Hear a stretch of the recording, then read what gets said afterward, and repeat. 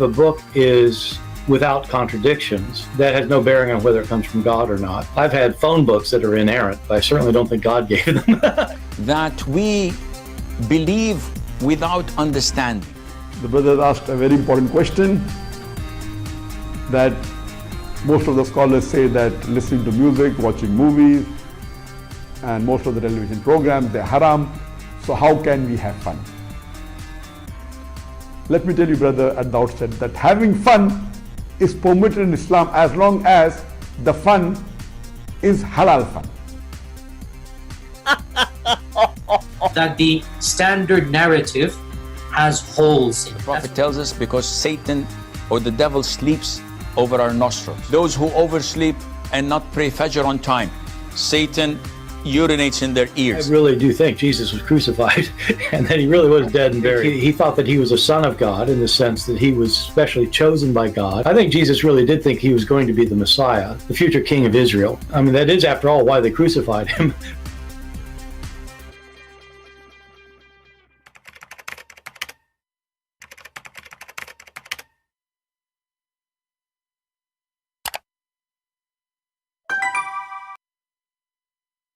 Hello everyone, and peace of Christ to all of you. I hope my voice coming good and clear. Please invite your friends and let us have some good time together. As you see in the title, every day I receive a lot of comments. If you remember before, we have a person, I think this is the same person, who he said that somebody told him from South Africa, he lived in Emirat, that the name of Jesus, the one is written in the cross, is not Jesus. Remember the story? Yeah, very silly. But all of us, we knew that the name which is written in the top of the cross, was letters. It's not even the name. And this was the Latin, like a summary, like when you say CO, a corporation, whatever, it's not the name.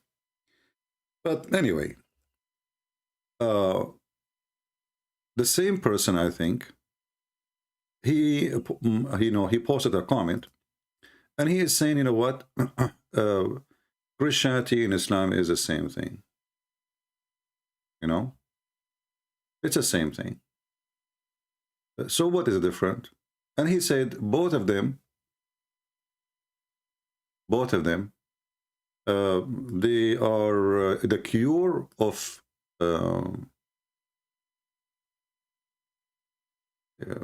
paganism. The cure of paganism. And I found it very funny when somebody says such a thing. Let us see. Suffering circle. Okay. All right. I think we are back now to normal. All right. That's good. So let us see together. We will read together this comment, and I choose this comment actually to answer it because this is very important. How people they try to deceive you and to fool you.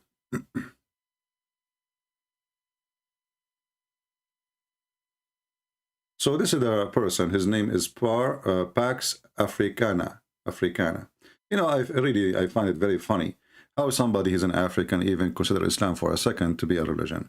Isn't it Mohammad is the one who said that Allah created the black people from the left shoulder of Adam, and he said to them, you go to hell, I don't care. And he created the white people from the right shoulder of Adam, and he said to them, you go to heaven, and I don't care. So Africana, African is the last one, to come with such a stupidity. But let us read together. Islam is another name for Christianity, a cure for paganism, adultery, polytheism. The real question remains, which two tradition, Unitarian and Trinitarian, is the true apostolic tradition? First of all, we have to admit, my friend, that Islam really is a religion of the religion who fight adultery. How we can prove that? It's very easy. You put your head inside a stone made in the shape of a vagina, and you kiss it and you lick it. And this is how you fight adultery. And this is the cure. And then there is a prophet, he claimed, that this stone is going to come in the judgment day and is going to witness for every Muslim. And he claimed that the black stone is the right hand of Allah. Whoever touch it, it erases sin. So obviously you are right. I mean, come on, Islam and Christianity, it's just the same thing. The Christian, they worship the black stone too, and they kiss it, you know. Yeah. And Christians maybe believe that the black stone is the right hand of Jesus. You know, when I say stupidity is amazing, we have to say it. I mean, and by the way, there's a guy, his name is Stefan. You know, Stefan? I don't know if he's listening. This is, you know, from time to time I get some people who say stupid things, you know, and Stefan is one of them.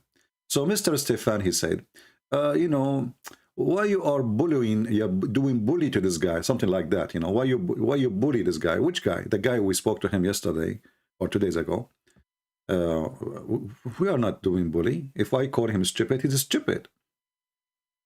I mean, some people who claim to be Christians, they are the last one to be considered Christians. Should I use the same words as Jesus, say to him, evil generation, son of serpent, Satan? Huh?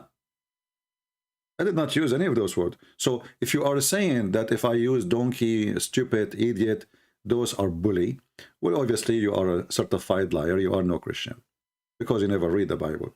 The Bible, you know, consider people who they don't believe in Jesus foolish, stupid, idiot, liars, hypocrite. It depends who they are, for sure. Like, you know, not everyone, we cannot call somebody a liar who do not know who is Christ yet, right? But there's people who lie about Christ. So when somebody like Mr. Stefan, he come to us from the middle of nowhere and he tried to give us a lecture, obviously Mr. Stefan, he is false Christian. And not only that, he said, this is not how we talk to Muslims. And he said, I went to Afghanistan three times serving in USA Army. So look like this guy, when he was going to Afghanistan, he was giving the Afghani a hug, not a bullet.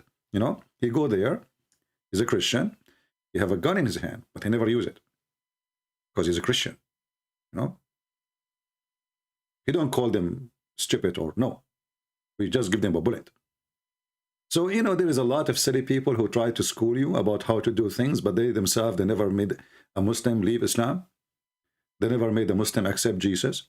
They never even debated with a Muslim. And then they come and they try to school you about how to talk to Muslims. Those people, I believe, I mean, it's the internet. You do not know you are talking to who. It might be even a Muslim, you know. But when you see such people, right away, you are speaking to the hypocrite. Jesus, who spoke about them, those who see the little thing inside the cup, you know, outside the cup, but they don't see the whole big thing inside the cup, they will swallow it. Those, the ones who they make an elephant go inside a needle, you know, and it's okay for them. The needle eye. They come and they school you about how to talk, how not to talk. My friend, if you are a person who can do better, show us how you can do better. I want to see you. You know, bringing Muslims out of Islam and teaching them, and show us how to do it, and I want to learn from you, you know. Anyway, we go back to our topic. So Mr. Parak's Africa, you know, the genius, when he said this, he said that we are just the same, and then he says there is two groups, Trinitarians and Unitarians. And then he says, do the Trinitarians accept the authority of the Council of Jerusalem, Act 15:22-33? No, yet Islam does. But if we ask you, you idiot, if we go to Act 15:22-33, who is the one there? You will see that all the disciples of Jesus is there, and they are the one who made the council. They are the one who come with a decision, and this is about circumcision. So here you see the stupidity of those liars, you know, because always they accuse Paul, as you see here. Was Paul a true apostle? Yes, he was. If so, why does the Catholic Church attribute his tradition to the 12 and Jesus himself? I mean, have you ever heard of a stupid comment, or is that English? I mean, based on your English, you ask the question if Paul is apostle, a true apostle? And then you give the answer, says yes. And then you are asking the Catholic Church why they attribute his tradition to the 12 and Jesus himself. Well, if he is apostle, that means he is apostle.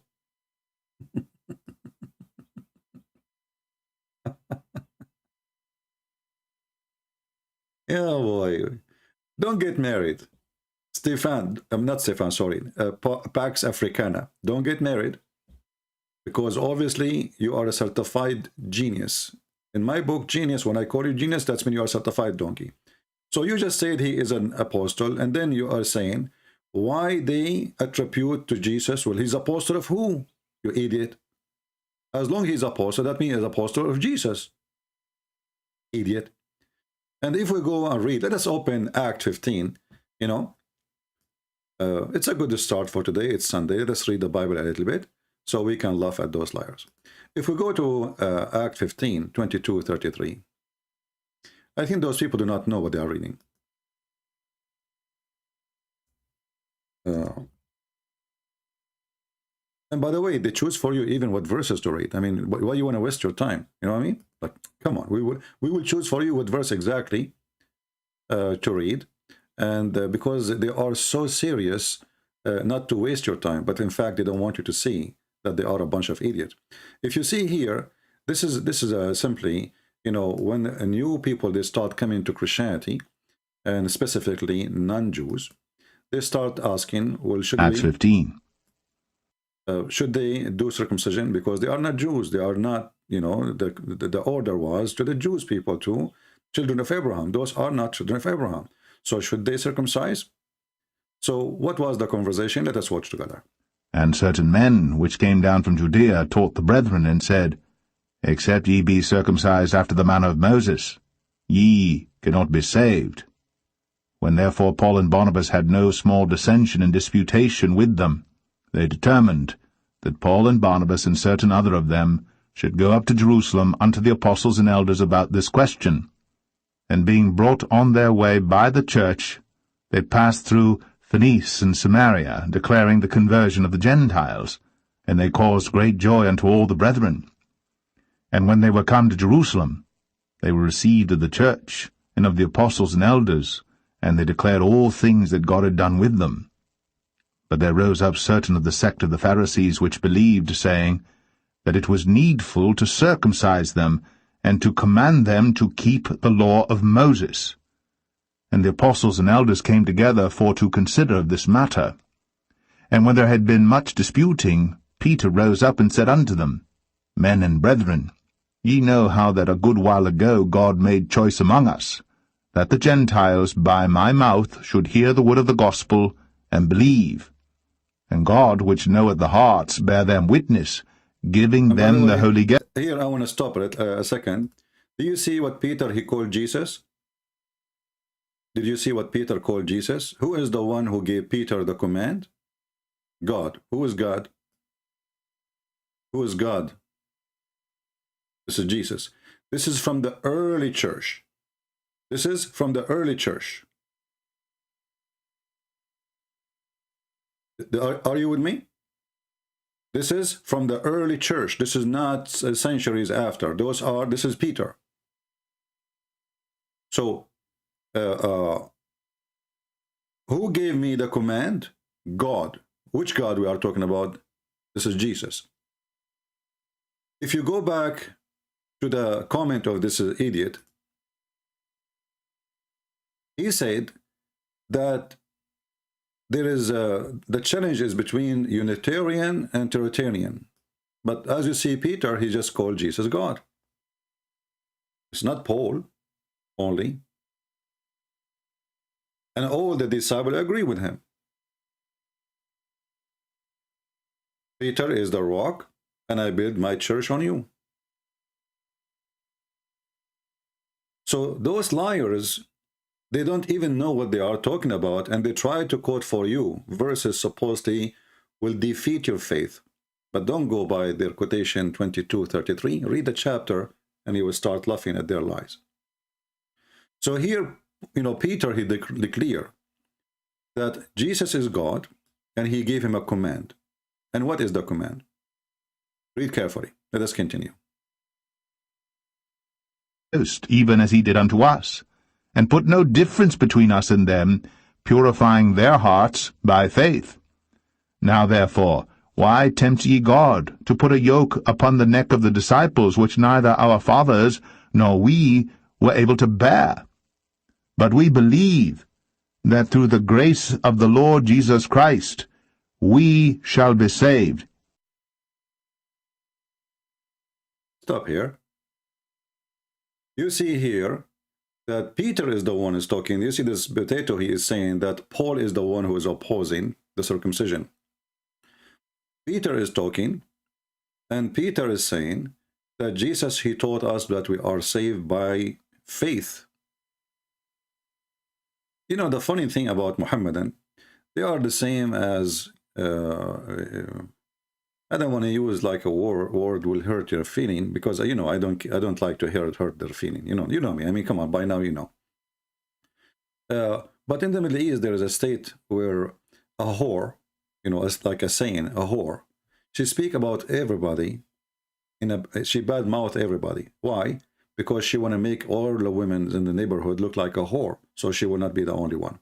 So a Muhammadan who do not know what he's reading, he act like a whore.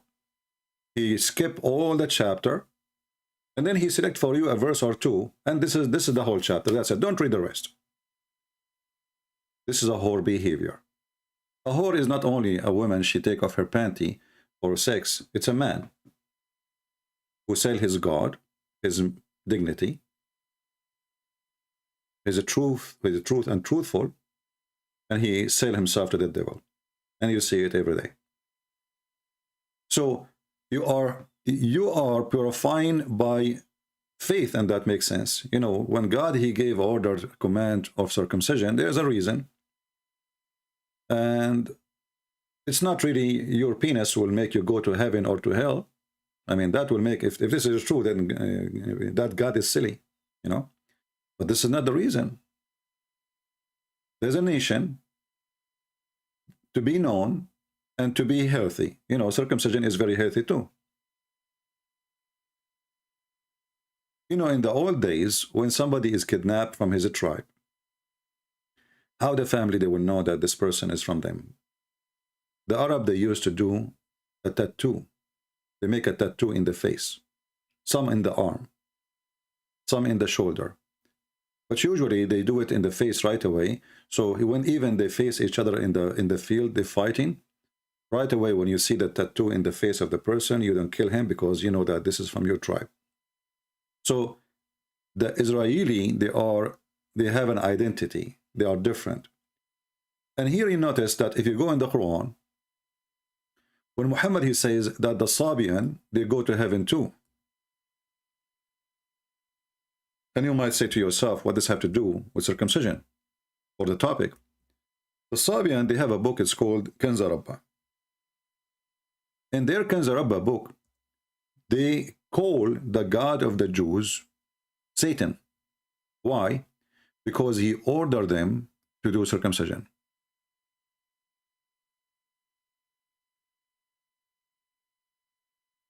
This is what the Sabian believe. The Sabian, they hate the Jews. Why? Because they believe that the God of the Jews is the one who killed their people in Egypt.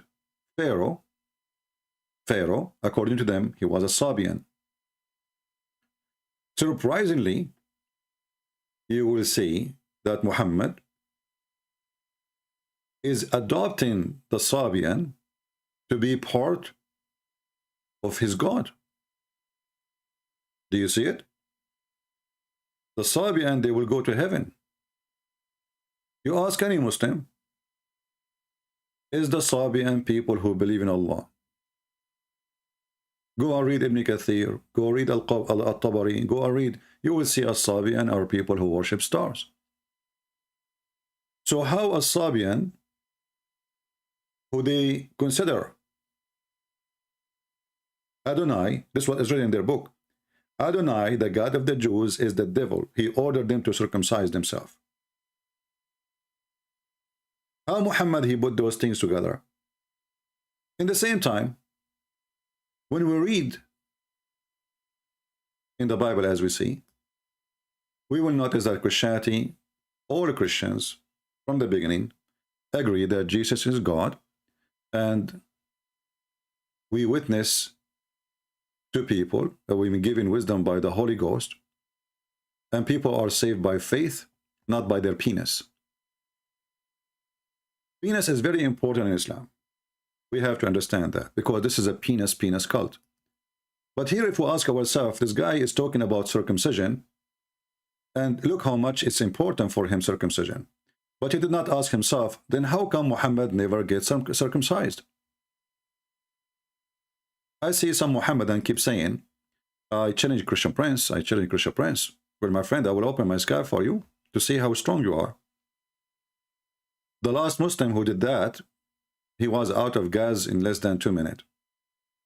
Let me open my Skype, because I see somebody is so excited, he wanna challenge me.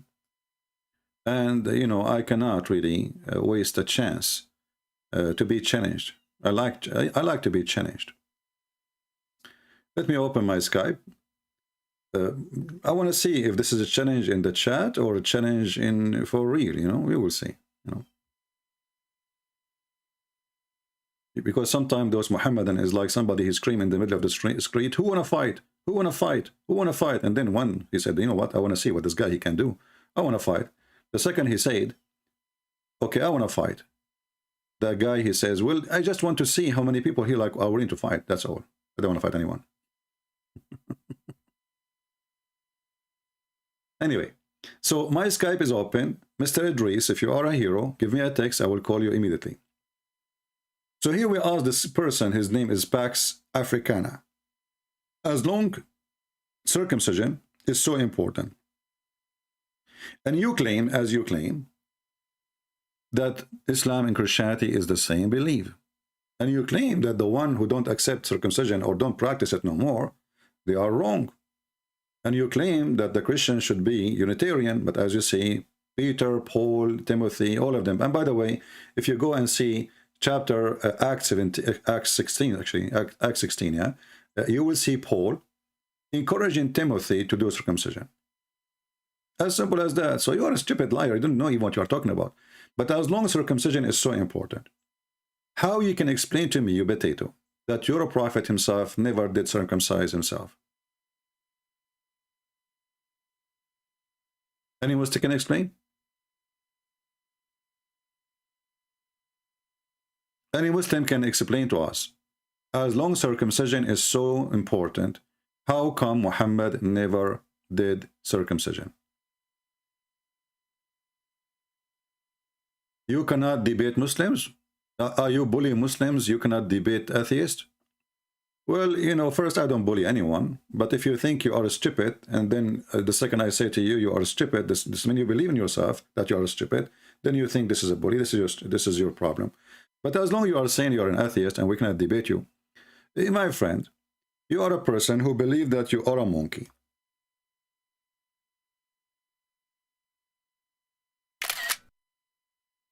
You used to be a seal, you know, and then the cow, she drops some poo-poo on you, and this cell grow, fertilized, you know, because now you have all the DNA you need, and you start eating the poo-poo, and then you grow and you became an ape.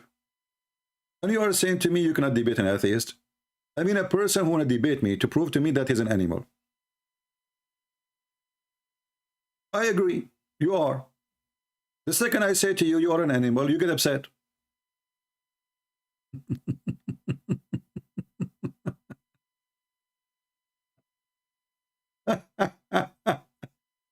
Just agree with an atheist, he will be all over you.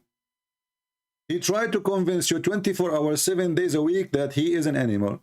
The second you say to him, you are, okay, you are an animal, he get upset. Here we go, he's bullying me. Stupid people, I mean, low class, low IQ, I don't know what's wrong. Monkey. The monkey logic, you know. Once an atheist, he asked me a question, which is actually very embarrassing. He said to me, I answer naturally because I'm a very natural person, you know. And now he will say, you see, natural this is the proof, you know. So he asked me, do you like banana? I said, yes. He said, see, I just get you busted. Your ancestors, they used to be monkeys. Uh-oh. Oh, boy. Actually, Muslims and atheists, they share a lot of things. As an example, the stupid Muhammad, he shared a lot of things with the atheists in such a way about the monkeys. As an example, the Muslims, they believe that monkeys, they used to be Jews. The atheists, they believe that Jews used to be monkeys, and which mean them, you know, because I don't know. Is Darwin he stole his theory, by the way, from somebody else. We found that even Darwin is a thief. So look at this. The Muslims believe that monkeys are Muslims, and they practice Sharia law. And once upon the time there was a female monkey, and they practiced Sharia law. And once upon the time there was a female monkey, she cheated her husband. And this is why I would never marry a monkey. Female monkey, I mean, you know? I mean, come on. Obviously, they cheat, you know, they are willing to cheat just for the sake of a banana. So a big monkey come from behind the tree, and he have a big banana in his hand. Don't take me my word in the wrong way. I'm talking about a real banana, literally, you know. So he blinked to her. He said, "You want a banana? Like, you know, banana? You know." So the monkey, this female monkey, she could not resist the temptation. And then the monkey, she went behind the tree, and they did boom, boom. And, you know, and then, you know, the Muslims, the Muslim monkey, when his wife, she came back, she tried to put her hand, if you read the story, it's in my book, Six Allah. She tried to put her hand under the head of her husband, Mr. Chimpanzee, and Mr. Chimpanzee is very smart. He starts sniffing his vagina. And, you know, come on, he have a nose, big nose. So he noticed that there is something fishy there. You know, somebody put some fertilization there. So he started, ha, ha, ha, ha, and he called, Takbir, Allahu Akbar. All the Muslim monkeys came, and they started stoning the female monkey. And then a Muslim guy was walking by, he witnessed that, and he started stoning the female monkey with them. So if you're an atheist, you can use this hadith to prove your point. Both of you, you share the same stupidity. Anyway, the Chinese, they are always wrong, except in one thing. When they said he left as a donkey, and he came back, he never came back as a horse. In this scenario here, an atheist, he left as a monkey, he never came back as a human. What we can say. So I don't know if I was able to answer you about being an atheist, and you are so smart, and obviously we are dummy to believe we are human, we are not monkeys, but you share a lot of things with Muhammad, so I think you should convert to Islam. We have a Muslim texting me. Let us see. Don't text me to say hi, I will block you, you know. If you want to text me to say I'm a Muslim, I want to debate, you know, you're welcome. You say to me hi, you wave your hand, I will wave my foot in your face. Let us see this guy. I mean, this guy, every day almost he call me, he get a spank and he leave. I think he like it, you know. You know, there's a lion. There is a lion very famous in the jungle. I will tell you this joke after we finish with Mr. Muhammad. Let us mute the speaker of PalTalk, of Skype, so you don't get annoyed. Hello? Yes, Muhammad, what do you want to say to us? You have been mocking Muslim because of circumcision, but I read in the Bible, in the book of Genesis, chapter 17, verse 14, where Almighty God said, I don't hear you. He shall be cut off. Hello? Yeah. As long you are a person who supports circumcision, and I'm not against it. Who said we are against it? You are stupid. But as long you are saying that you are a Muslim and you hold on, you are a Muslim, you follow the old. You are a Muslim who want to follow the Old Testament, correct? So how come your prophet never been circumcised? That's not my question. So you are calling me to school me about circumcision, and then you're a prophet himself, he never circumcised. You need to explain to me why. Either you are following the order of shut up, Abdul. Don't see me. You need to explain to me how those people, they claim that circumcision is a must. Their best man, don't you Muslim, aren't you Sunnah? Sunnah is to practice what Muhammad did. Did Muhammad ever hold his penis and he used a qaddum, as he said that Abraham, he used a qaddum to cut his penis, ads. So did Muhammad use the ads, or he ever circumcised himself? This is the reason you always win the debate, because you want to change the No, topic. you need to answer I'm me. saying that If you are schooling me about circumcision, well, yes, hold on, stupid. Paul, he was yes. circumcised. Now I'm Peter, all the yes. disciples of Jesus was circumcised, and Let me Jesus, educate shut up. And Hey, Jesus, he Sippy, was circumcised. Why you're a prophet? Why you're a prophet? Why you're a prophet was not circumcised? Okay, Sippy. If you are true Christian, then please let me talk. Then you can find Yeah, who is a true but you need to Christian, who is answer a me. true Why Muslim. your prophet was not circumcised? Yes, okay. Let me go further. First of all, I want to read from the Old Testament. No, Yeah, before you your answer book. about this is not your book. Before you tell me about your prophet, why he did not circumcise himself by the ads like Abraham.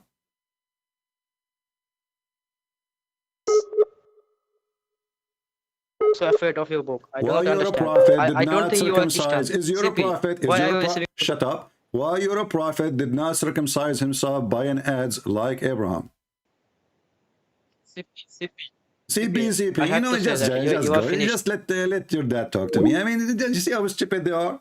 They school you about circumcision, and their best man himself, he never did circumcision. So based in the book you did read for me, from the Old Testament, your prophet is filthy. Do you see the stupidity? And you know, I don't know. I mean, Abraham is a good man. But it's very weird that Abraham is using an ads or aids, I don't know what they call it, in order to to do circumcision. I mean, do you know how big this thing? This is what Abraham he used to do circumcision to himself, brother.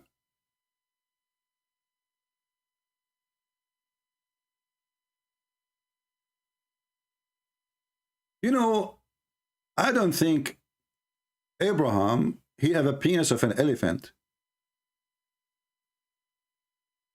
Where Muhammad he got this information from? And as long Abraham, he cut his penis by ads, why Muhammad don't choose one? It's very simple. Let Aisha hold it for you. If it's too small, so it doesn't move, or glow it, or, you know, get two of the Sahaba to hold it for you. Or first, they have to find it, you know. It's very hard. I heard that Muhammad, he have a big zipper, not because his penis was big, but it was so hard to find his penis when he went to pee. That's why he used to pee like a woman. So here we go. We have Abraham. He cut his penis. I mean, how in the world he did that? By an adze. At that time, there's no knives. Adze. Like he put it in the table like, hey, Allahu Akbar. Man, what if he miss?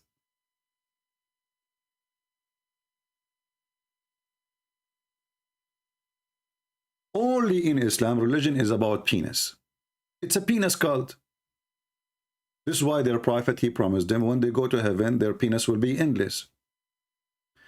And then when the Muhammadan, they speak about circumcision, we find that Muhammad himself, he never been circumcised. Never. You know? Going back to our topic. This Muhammad is this is how you win a debate, because I win a debate because I insist that a Muslim, he can't escape the topic. The topic is circumcision. Okay, we know that there's a verse in the Bible says, you know, do circumcision for the Jews. We know that. But why you're a prophet? You Muslim, you follow who? You don't follow Muhammad, because if you follow Muhammad, Muhammad never did circumcision. There's one of two reasons. Either because he's a female, but you Muslims, even female circumcised. And by the way, how in the world you circumcise a female, you idiot? You Muslims are confused about who is the one who have a penis. So the God of the Jews, he told them to circumcise the men. You Muslim, you circumcise your women? Do your women look like men?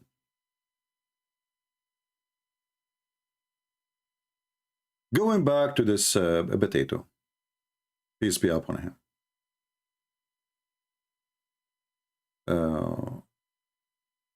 Yeah, this guy. Was Paul true apostle? He says yes. And then he says, why the Catholic attribute his tradition to the 12 and Jesus himself? You know, I don't know. When people, they speak about Paul, when he's, on one hand, they say, is Paul is an apostle? And they say yes. They gave the answer. And then they say, how come the Catholic? What the Catholic have to do with this anyway? All of us Christians accept what Paul says.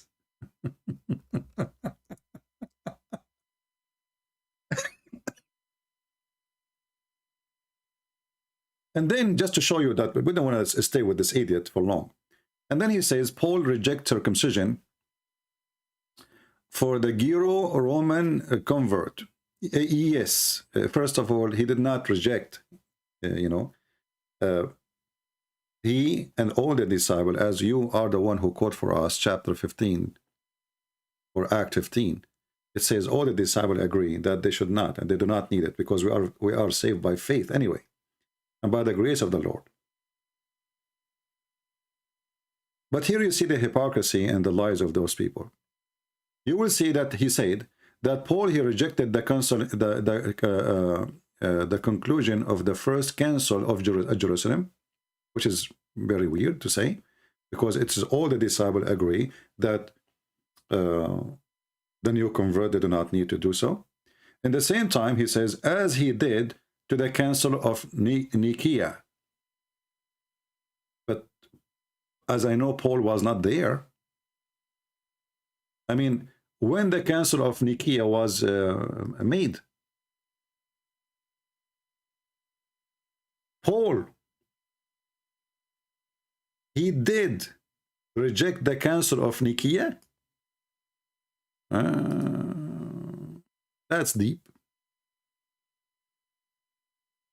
I mean, it's true.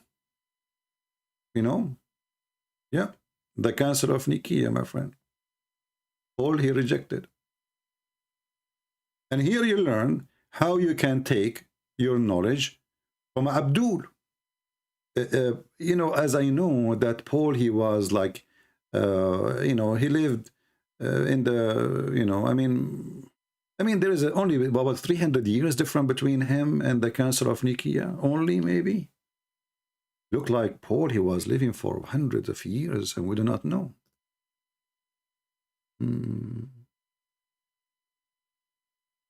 It happened to me, actually. I have my grandfather. He died holding a stick, as you know. His name is Solomon. Nobody noticed that he's dead. And he was holding a stick for hundreds of years. So when the Council of Nicaea came, my grandfather, he was there. He did not talk, by the way, because obviously he's dead. I mean, but apparently he was alive. I mean, look how silly, how stupid they are, how dummy, how far they can go with their stupidity, how much they are desperate. So they are not worth our time. But just for a snack, we decide to give you this comment. Now, if we have any Mohammedan would like to call us, feel free. And we have a question: if Muhammad is a prophet of Allah and he was following the teaching of the Jews, as he claimed, and if we have the same God, and the guy, he says we have the same religion, right?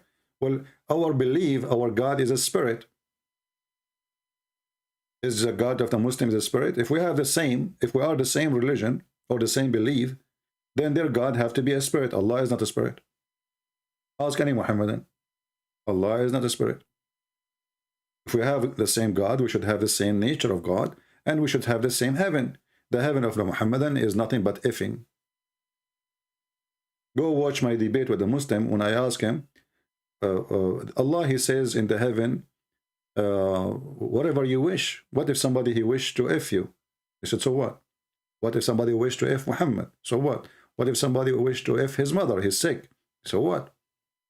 Allah, he says, whatever you wish. Do we have any Muhammadan would like to join us and call us? Anyone? So I want you to remember one thing. When a Muslim he speak about circumcision, ask him, how come your prophet never circumcised. Never. How come?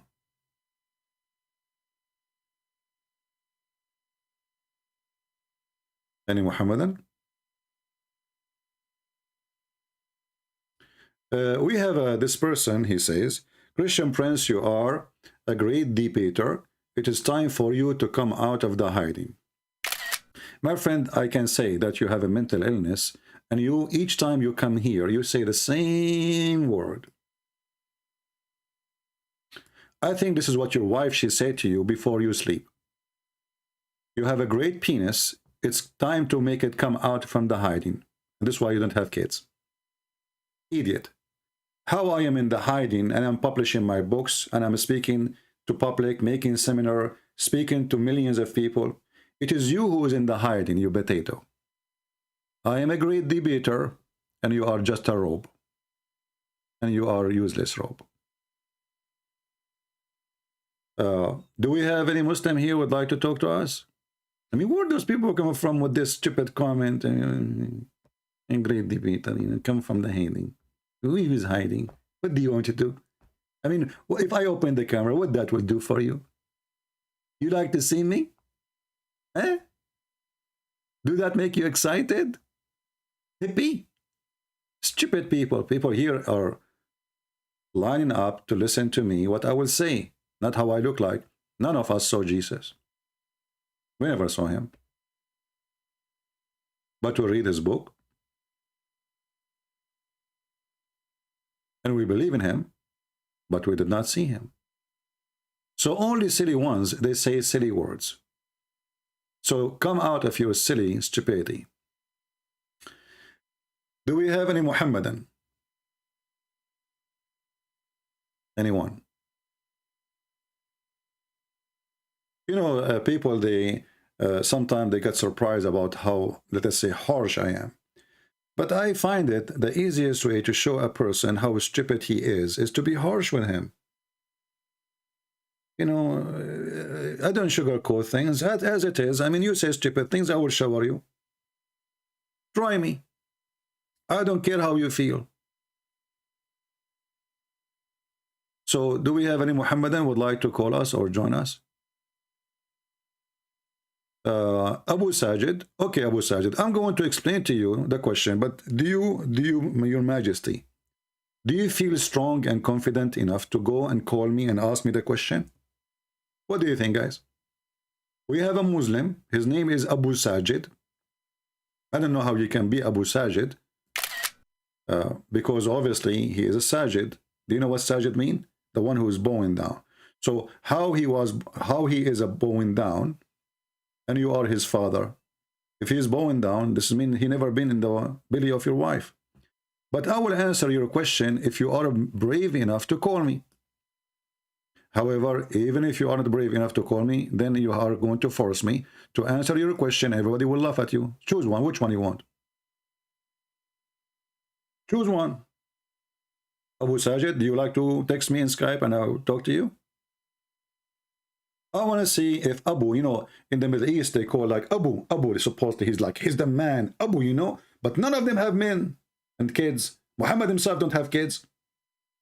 Abu Qasim. Like, what is Qasim? His name is Abu Qasim, but you don't have Qasim. I mean, shouldn't you have Qasim first before you call yourself Abu Qasim? The Muhammadan is like somebody who calls himself the guy with the, it's like saying Sam Shamoun, the guy with the hair. Like, the guy don't have hair.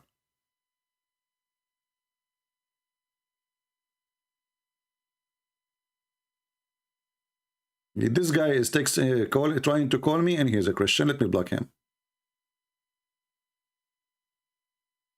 And he texts me and he said to me, I'm confused. Well, stay confused. As if I care. Abu, are you willing to call me or not? I will call you as long you don't deflect like a kid. Well, listen, as long I am deflecting like a kid, that will make it easier for you to make fun of me. I mean, come on, you are talking to a kid. Are you worried?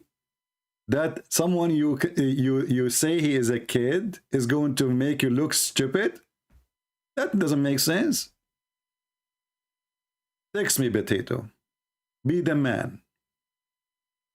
Are you going to text me? Okay. Who wanna bet that Abu Sajid don't dare, and now he is holding his private part and hiding it so he will not hit over his nuts, and he's trying to change the topic. He don't want to talk to me no more. He will not call me. Abu, are you a man who can make his word come true? Speak by your mouth. All what you need to do, call me and say the question. That's it. You want to stay, you can stay. You want to leave, you can leave. I mean, the question is there. You don't even dare to say the question to me? Are you there?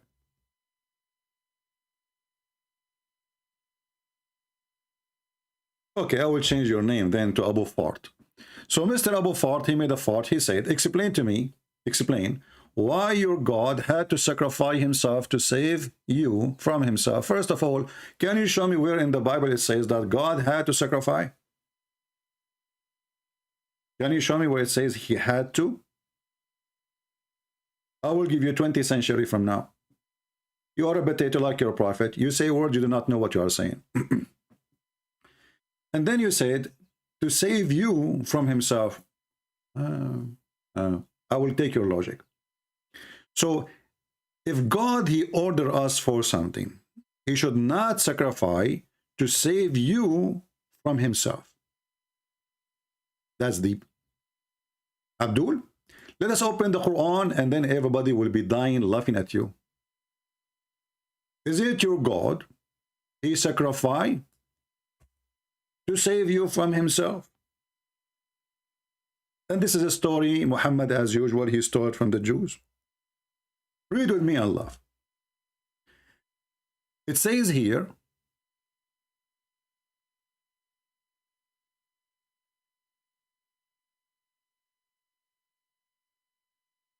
that your God, he asked his followers to do Qurban. Look how many times the word Qurban appear in the Quran. Qurban, Qurban, Qurban. And by the way, this is an Aramaic word. This is not an Arabic. Proving again that Muhammad is a fraud. So, Qurban, okay. Why Allah need Qurban? What Qurban mean? Qurban means a sacrifice. But I thought Islam is against sacrifice. Actually, you have two holidays, Ramadan,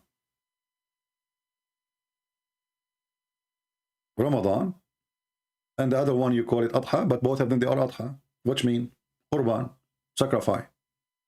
Right now, when at the end of this month, you will sacrifice thousands and thousands, if not millions of animals.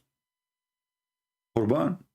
So what kind of God he asked you to sacrifice to save you from himself? Isn't it you making sacrifice so you will not go to hell? But look what happened here.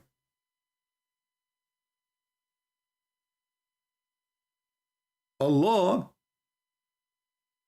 he sent the sacrifice to himself this time. Usually Allah, he asked the Muslim to do sacrificing to him. The Muslim do it. In this case, Allah, he did himself sacrifice. The chapter of As-Saffat, and you can read verse number 107. And we ransomed him a momentous sacrifice. Okay, so Allah, he gave sacrifice to himself to save you from his command. Are you there, Abu Sajid? Allah, he gave sacrifice to who? You see, I'm going with your logic. That my God, he gave sacrifice to himself? You said that, not me.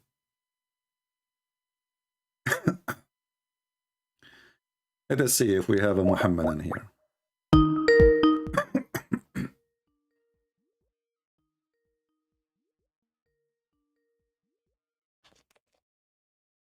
Hello?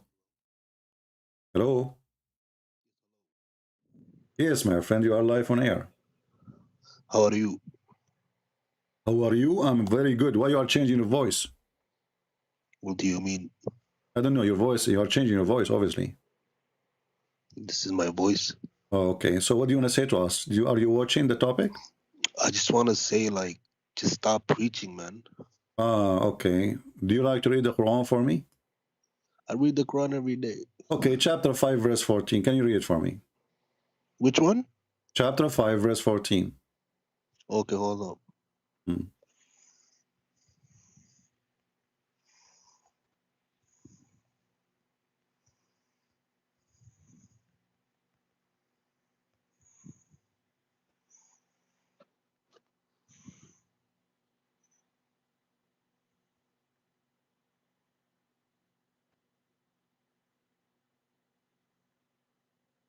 Did you find it?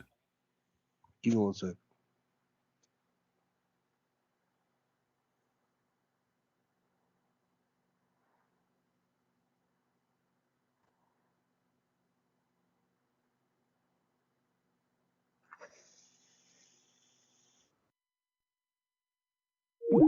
Uh-oh. It took him 1 second. He said, give me 1 second, and he went underground. He hung up. Stop hating, okay? Stop. I mean, they are followers of the devil who spread the hatred between the Christians specifically, and they are complaining about hatred. We don't hate you. Who said that we hate you? I never said we hate Muslims. Connection is bad. Give me 10 minutes. My friend, your connection was very good. You're a liar. You're trying to read what I gave you. You are shocked. You see, everybody knows how bad connection work. I mean, how your connection is bad, and you are texting me. Obviously, if you lost connection, you cannot text me. I mean, the same second you drop the call, the same second you text me, at least wait for 2 minutes. I mean, weirdo, man.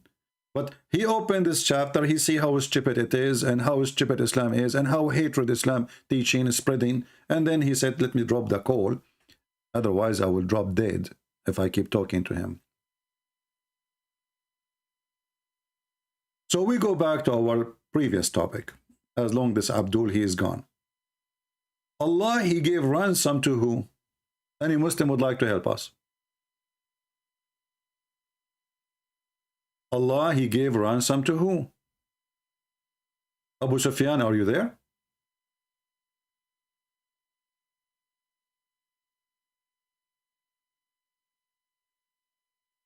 Abu Sajid, sorry, Abu Sajid.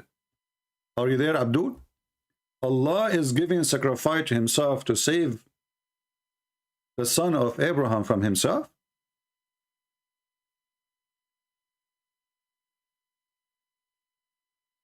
And why Allah is giving sacrifice?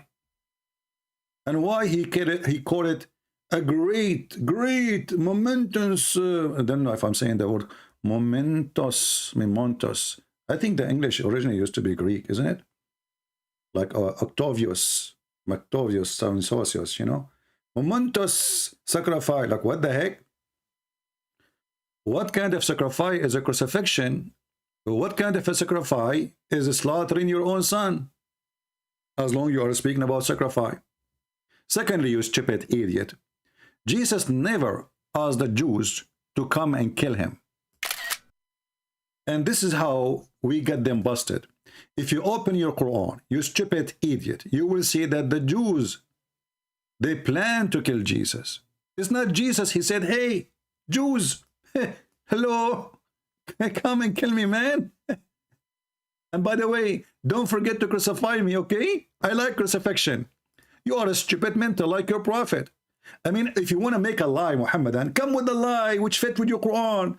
Isn't it the stupid Quran says that Allah, he saved Jesus from the Jews who they say, we killed Jesus, the son of Mary, the messenger of Allah. It's not Jesus who come to them and said, hey, please, can you kill me? Because this is how I can save you. He did not say that. Their IQ is below 0. It's freezing.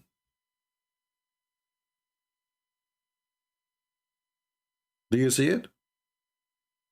Are you against your Quran now? Same time, here we notice that the Jews, they wanted to kill Jesus. And by the way, did you notice what Sheikh Umran, he said? Sheikh Umran, he agreed that the Jews did not kill Jesus. He said this does not make sense. Are you saying to me, actually he said stop your nonsense. Stop your nonsense. Are you saying to me that Allah, he placed someone else on the cross? Someone he did nothing? Nothing wrong?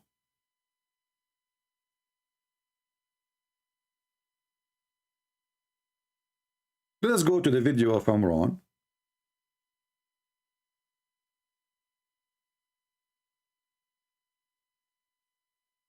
Let us find it first. We need to add this video, this part into the intro of our video.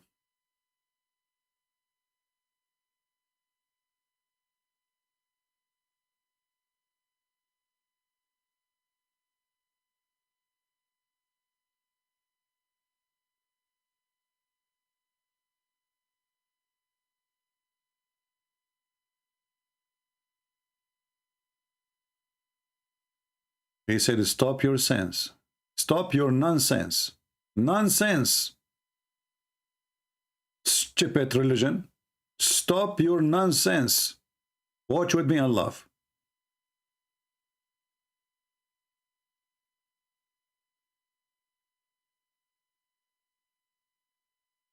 What did Allah do to make it appear that he died? Let me warn you. And my language is sometimes very harsh, because that's the only language some people can understand. See, even Muslims agree. The only language the Mohammedan they understand is a harsh language. Do you see it? Give me 5, brother. We agree.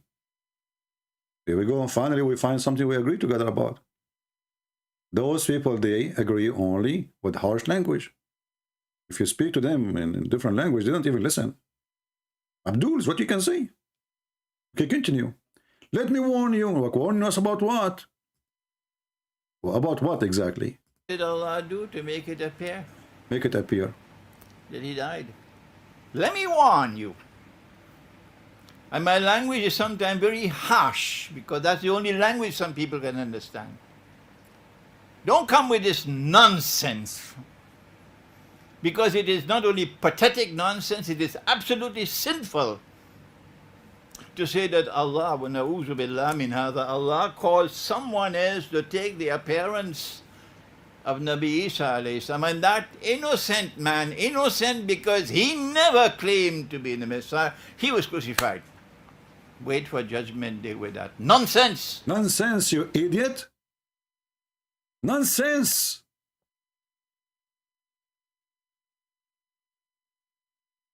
Stupid Mohammedan, do you hear it? Nonsense!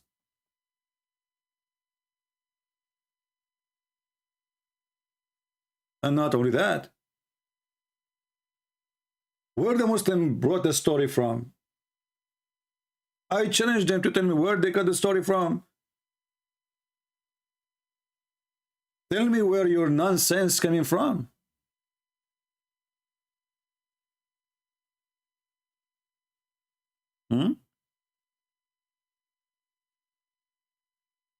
The black stone kissers. You see, Muhammad, he tried to insert his head in Judaism and Christianity to make himself look like legitimate religion. But all of us, we knew that the God of Islam have nothing to do with our God. The worship of Islam have nothing to do with our worship. The ethic of Islam is below 1,000,000 times zeros. The nature of their God is different from the nature of our God. The heaven of their religion is not the same heaven of our belief. So what is left? Nothing.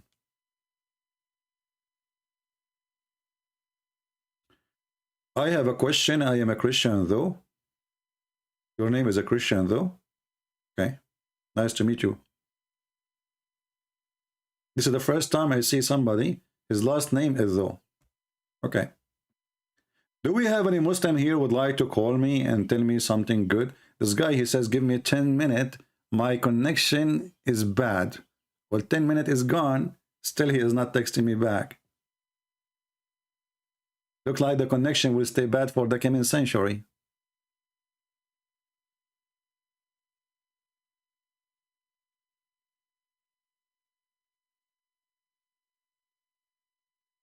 Hello? Who is a Mohammedan? Would like to get us busted. Live on air. Open challenge. Anyone? Let us go this guy who said he wants 10 minutes because his connection is bad. I mean, look at the lies. I guess he went offline, maybe now. I think he's offline. Bye-bye. Bye-bye, bye-bye, bye-bye. Do we have any Abdul? Mayday, Mayday, stop your nonsense.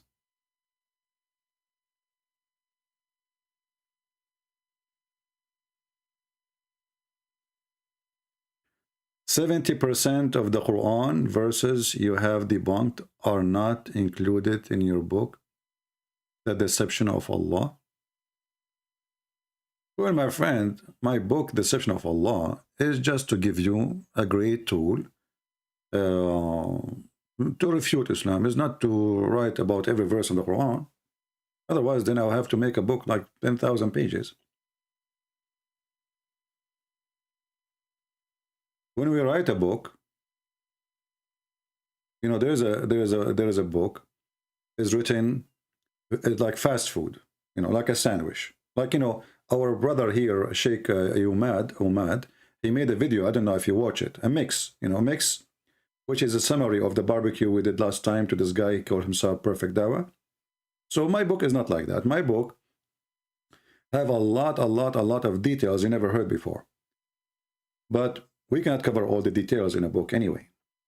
We have enough details to destroy Islam. Do we have any Abdul would like to join us?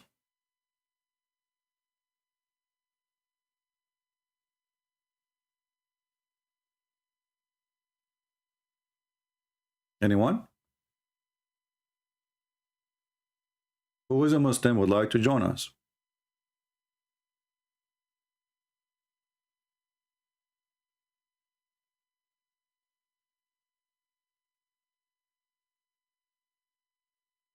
Anybody? Mayday, Mayday, Mayday. Listen carefully. If you call me and you are able to make a defeat, do you know how much Allah will love you? How big your penis will be? Because your God is a God of penis. I mean, if this is not important, why your prophet promised you English penis? If you call me and debate me and you refute me, your penis not only will be endless, your penis will be end. I don't know if it's not English, it's going to be what? And okay, it's going to be end 7 up. I don't know, I have to add something. I mean, endless penis. So your wife, she is next to you and your penis is going to the 7th galaxy. And then, honey, she says, when you are going to do it? You say to her, I don't know. I mean, my penis is way far away. Can you make it, make a U-turn? No, sorry, I cannot. It's so tough. It cannot bend, you know. It's unbendable. I mean, what kind of promise this promise is?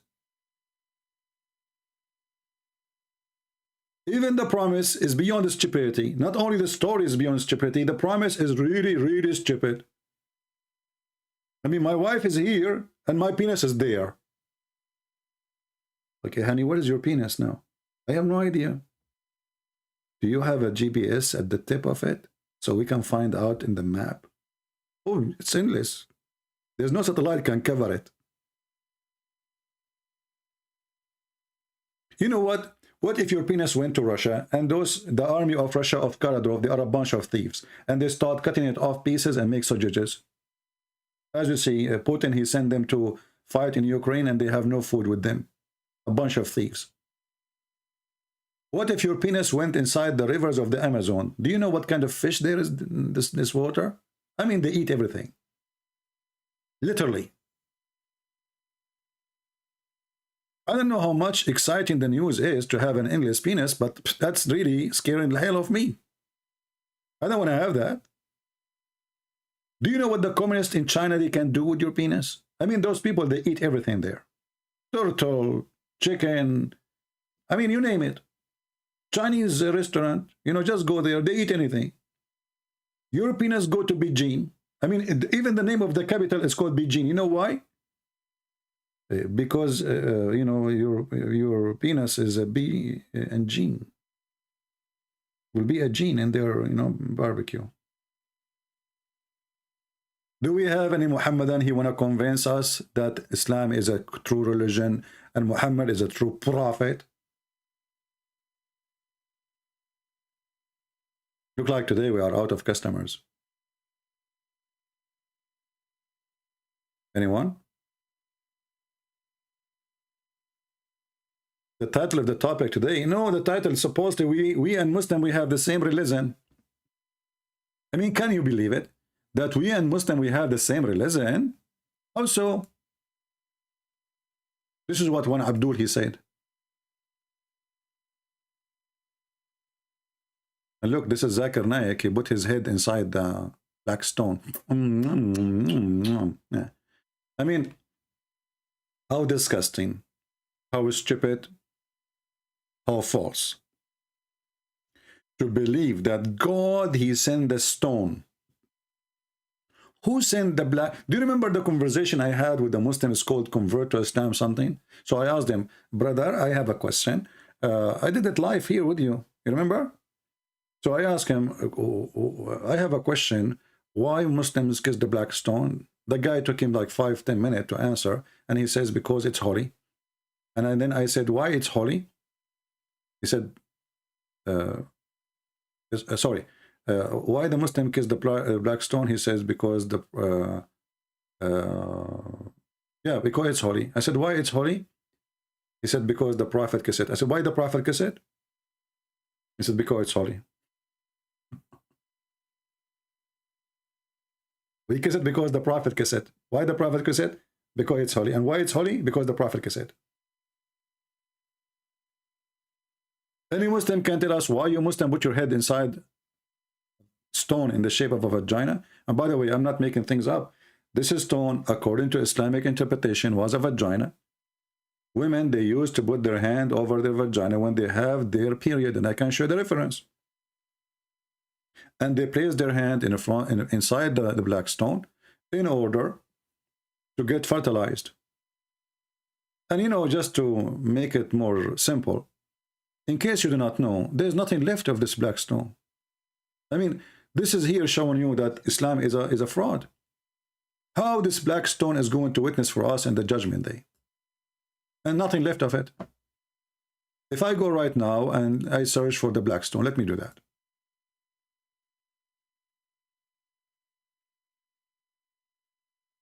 You Muslims, you should change the name. You should call it the wax stone, because there's no stones there.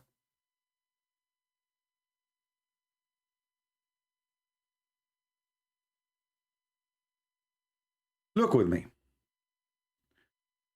I will put the images in the screen so you will laugh. The Muslim, they do maintenance. They do maintenance. There's no stone left. There's little tiny rocks. The rest is a wax. Do you see that? This is a proof that Islam is a fraud. Because if Allah, he sent the black stone in the shape of a vagina, may Allah bless the vagina of Allah, how come Allah could not preserve the stone? Look what is left. Where is the black stone?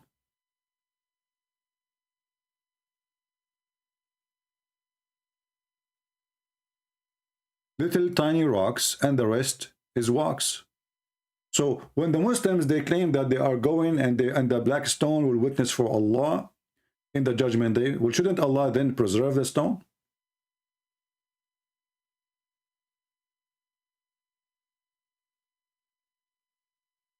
Do we have any Muhammadan? You can go right now and search in YouTube the maintenance of the black stone in Mecca. Just search for it. They bring a guy from Pakistan and he have a heating gun and he have wax, expensive wax, by the way. They use expensive, you know. It's coming from the poo of the bees.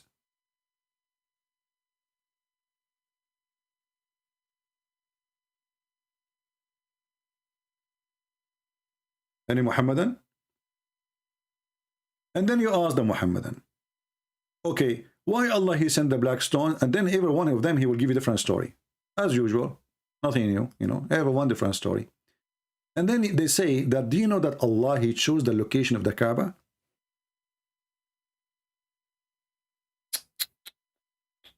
Allah, he chose the location of the Kaaba. Are you sure, Abdul? Yes, absolutely. Alhamdulillah. Okay. As long you are sure, how you explain this to me? As long Allah is the one who chose the location of the Kaaba. Why Allah, he chose the Kaaba in a location where all the poo of the town will go there when the little rain come?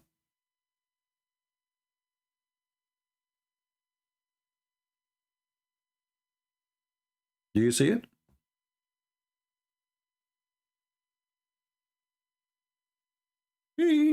The Kaaba is flooded by poo. You know, remember, in Mecca, there's no sewage. And the reason there's no sewage because there's no river. You know, you need water to keep pushing. You know, you need a lot of water. So what they have something called al-bayyara. Al-bayyara is like a septic tank.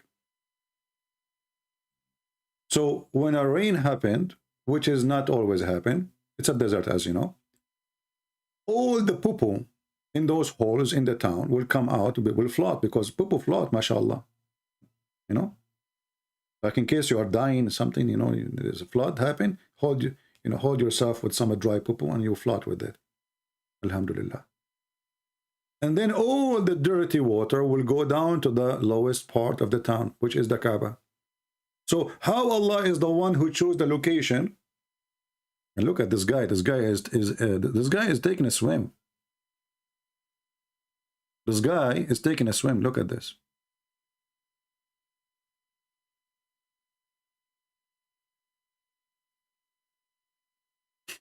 Allah chose the location. So imagine you hire an engineering company to choose the best location for you to build your house. And then we find out that they chose the worst location where it's going to be flooded by poo. This is alone is enough to prove. And you know what? Let us say it is the lowest location in the town. But can't Allah change the direction of the water? This is his house.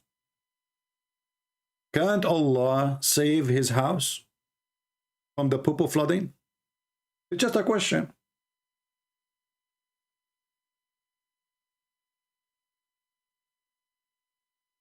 Any Muhammadan?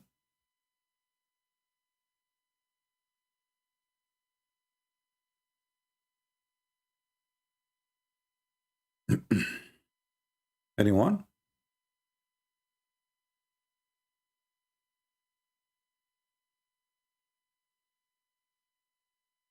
Isn't it this alone is enough to prove Islam to be stupid? This is the most holy place for Allah. And not only the Muslim, they have videos saying that the Kaaba is in the center of the earth. I thought it is my bedroom. How it is the center of the earth, brother? Is the earth flat? Is it anyway, the center of the earth. Any Abdul? By the way, those who don't receive notification when we go live, don't forget to subscribe to our Patreon. I see the admins are not posting it to subscribe. You can subscribe there regardless if you donate or not, and you will receive notification about when we go live, because YouTube obviously don't support our work. So they dodge down our numbers. Many people don't receive notification, even if you turn it on. So subscribe to Patreon so you will receive email immediately from Patreon to inform you that we are going live. Do we have any Abdul? Anyone?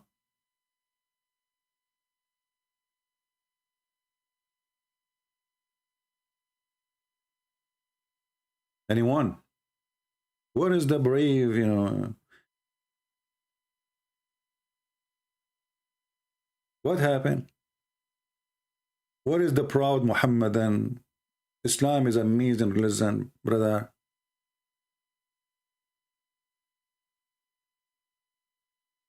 Anybody? You know, I liked, by the way, I like to convert to Islam. But then I said to myself, if I can do breastfeeding for adult in this earth, why I want to go to heaven? I mean, here I have a free milk. According to Islam, any woman, she should give her breast to you. How yummy. We men, we do not need to buy Pepsi Cola anymore. No water. Go anywhere. But you have to be in Islamic land. You feel thirsty, ask them for the nipples. I mean, everything about this religion is weird, is stupid. A stone in the shape of a vagina, a stone used to place their hands inside when they have their blood from period. And they used to go naked around the Kaaba. Like Muslims, what was the religion? Was a practice, and the people go naked around the Kaaba before Muhammad and in the time of Muhammad. Anyone can tell me?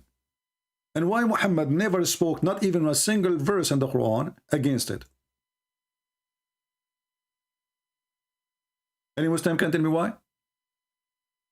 Muhammad, he have time to make verses about Solomon speaking to the ant and the ant speaking to Solomon. But he don't have time from his God to say, stop going around the Kaaba naked. Totally naked. No bikini.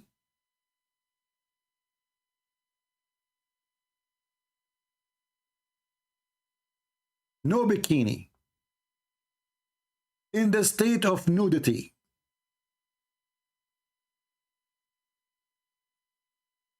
What was the religion of Muhammad? And what was the religion of those who pray in front of the Kaaba? And why they have to go totally naked? Hey Muslims, I have an idea. You can get a lot of money from this. I mean, you will get a lot of perverted people going there if you switch to the old tradition. Actually, already they are doing that. I mean, women, they are not allowed to wear panties. A Muslim, they wear a sheet. There's nothing there. It's just a sheet. Any Muslim can tell me what was the religion? Require you to go around the Kaaba naked? And until now, nothing changed. And why no verse in the Quran is speaking against it? Allah was blind? The Muslims, they are chasing us for circumcision. You need to circumcise yourself, brother. This is in the Old Testament. You need to circumcise. What the heck? Your prophet never been circumcised. And the Kaaba was a place of nudity. Man, imagine if I was at that time and I go and I have live internet and I go live in YouTube. Oh boy. Man, I will get 1 billion views in 10 minutes.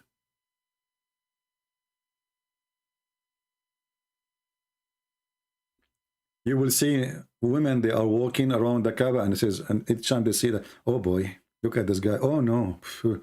This guy, his penis look weird. Oh man, look at this penis. Oh boy, why he's going to the left? Oh, this penis, this guy is going to the right. Oh man, why it's so small? Oh, this is so big, man. This is religion. And then the men, they look at the vagina. Oh boy, look at this vagina. It look like weird, really. I mean, it have teeth. Oh, look, this vagina have ears. Oh boy, she have wrinkles there. Oh, look at this. She have earring. Oh, she have a tattoo. What the heck? This is where the Kaaba. So Allah, he refused a Christian army, according to the Quran, the chapter of the elephant. He sent an army of bird, phantom bird, and they destroyed the army of the Christians. And he did not get upset from the Arab going around his house totally naked. I think the Kaaba was called Nakedin at that time, the Nakedin land.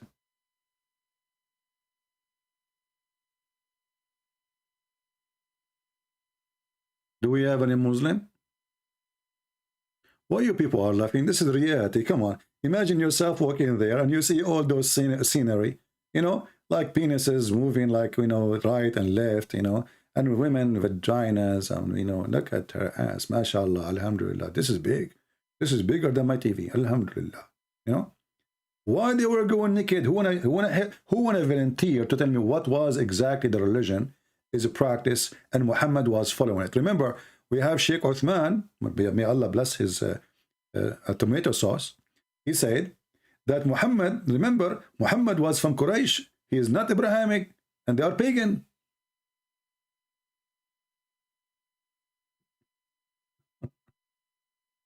I want to buy tomato sauce. Oh boy. Do we have any Abdul? And then they speak that Islam is against paganism.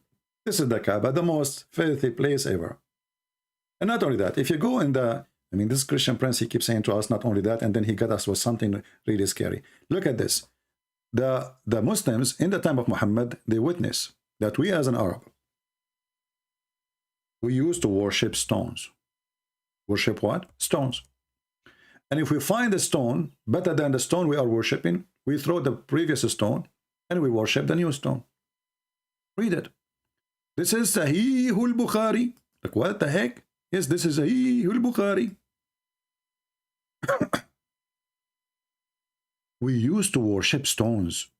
And when we found a better stone than the first one, we would throw the first one and take it the better. Okay, so the Arab, they found a stone.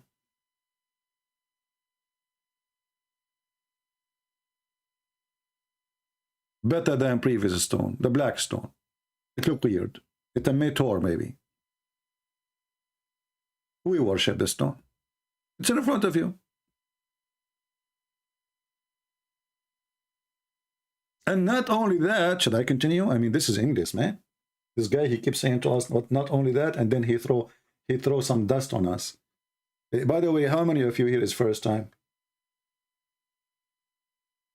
If you are here first time, I warn you, you should leave immediately. This is what will happen. Your wife, she will send me a text. She said to you, she will say to me, because of you, we are going through divorce. I say, what the heck? What I did? Said, my husband stay in the computer 6 hours until you finish. He don't talk to us. He don't take lunch. He takes sandwiches. He don't talk to his kids no more. He don't go even to buy grocery because he's listening to you. What the heck? This is what would happen to you. You better leave. Your wife, she will hate me. Unbelievable. Honey, do you want to eat? No, I want to talk now. There's some Christian press. Look what he's saying. Come on. Don't you want to eat? You are in the computer. This guy don't go to sleep. Unbelievable. And by the way, I am not the only source of divorce according to the Quran. According to the Quran, Allah is the only source. He sent 2 angels to open school of Harut and Marut to teach black magic, so your wife will fight with you. I mean, look how deep this cult is. The wife and the husband, they are fighting because of Allah. He opened a school of Harut and Marut and the Babylon Tower. That's deep. You think that's, you know, you are not getting along with your wife. Maybe your mother-in-law, she's involved. Maybe. But no. The source of the problem is Allah. Allah, He opened a school of magic. Chapter of the cow. I mean, even the name of the chapter scared the hell off me. I mean, imagine there's a God. He made a book. And then he made verses. And then he decided that the best name of his book is The Cow. You know what? I'm really surprised that he did not say a cowboy. I mean, it's only missing just the word boy.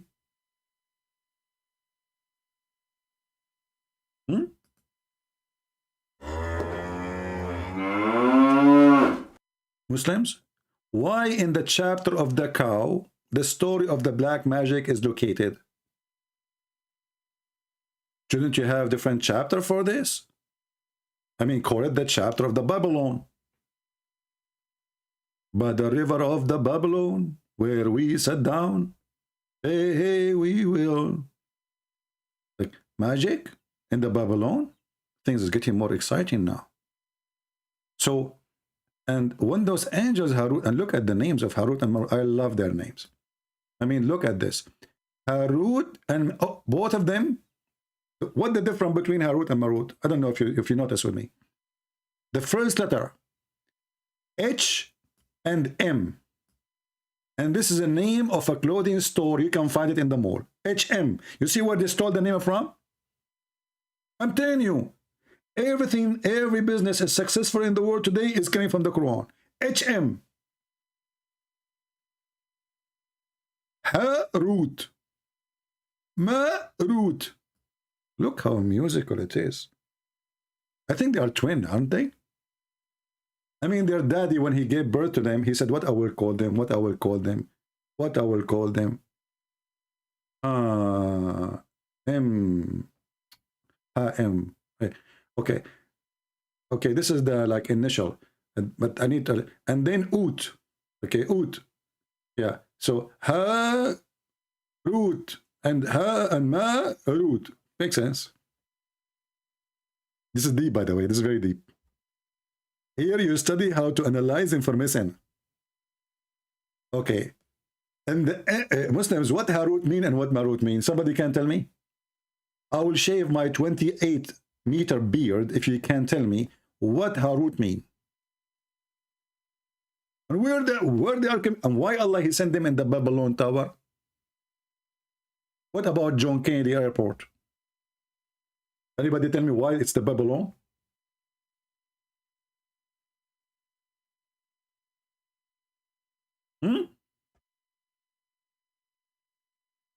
Hello?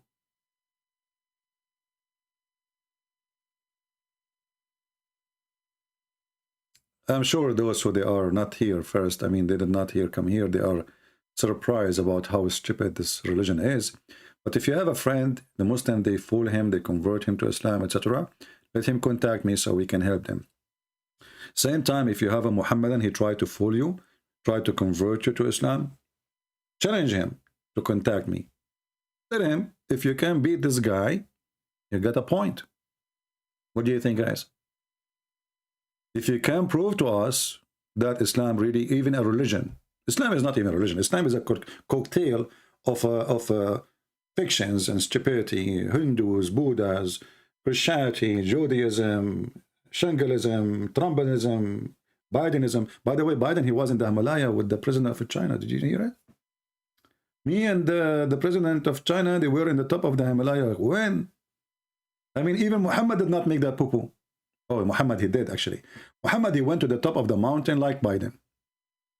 And he tried to commit suicide by throwing himself many times. I mean, look at this prophet.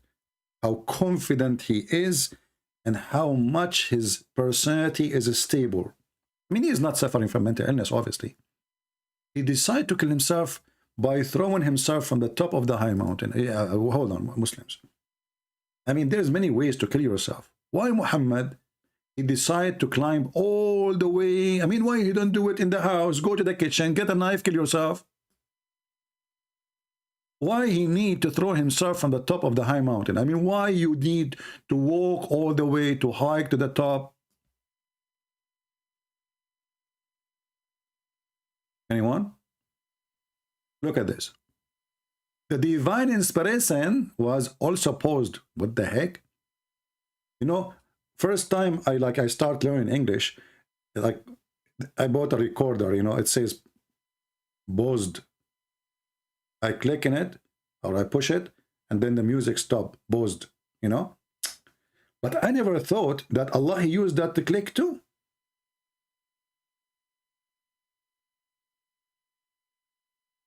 It's amazing. It looked like the Japanese, when they made Sony recording stereo, they took the paused option from Allah. I'm telling you, everything is coming from Allah. Look how many things we discover. We discover that HM is coming from Allah. Paused is coming from Allah. Allah decide to pause His inspiration. Okay, inspiration, you pause now. Ping. That's deep. That's really deep.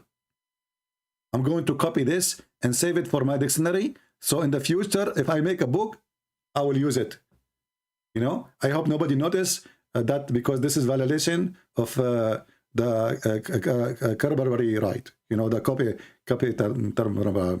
right price, that stuff, you know. This is, I hope nobody heard me saying I will use it for in my coming book. Hey Muslims, can I use the word pause? Because obviously the first one who came with it, it was Allah. Allah, He paused. Deep. Very deep. Very, very deep.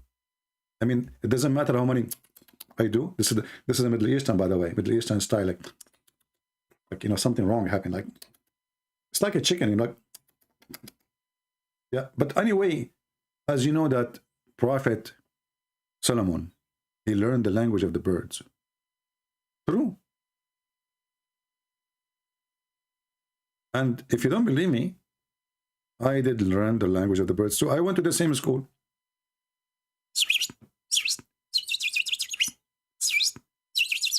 Look, Alhamdulillah, I graduated from the same school. And me and Prophet Solomon, we spoke the same language. Man, that's so good. Oh boy. Hey Muslim, why Allah, He taught Solomon the language of the birds? Anyone have an idea? I mean, look how many questions we gave them. Those people, they cannot even answer one. We keep hitting them with the questions. Why Allah, He taught him the language of the birds? I mean, what is the logic of that? Huh? Any Mohammedan?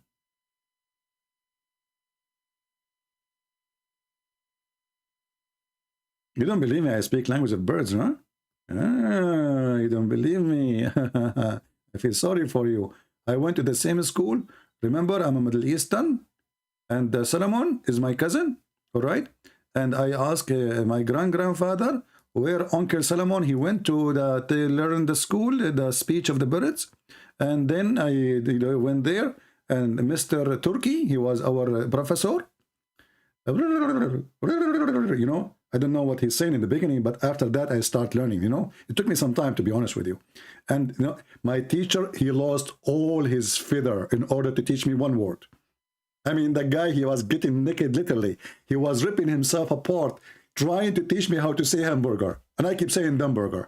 I say hamburger, he say hamburger, I say Dumburger. Unbelievable. I mean, the Pink Panther. So, and Solomon was David higher. He said, "O ye people, we have taught the speech of the birds." That's deep. Does God insist to send Solomon to learn the language of the chicken?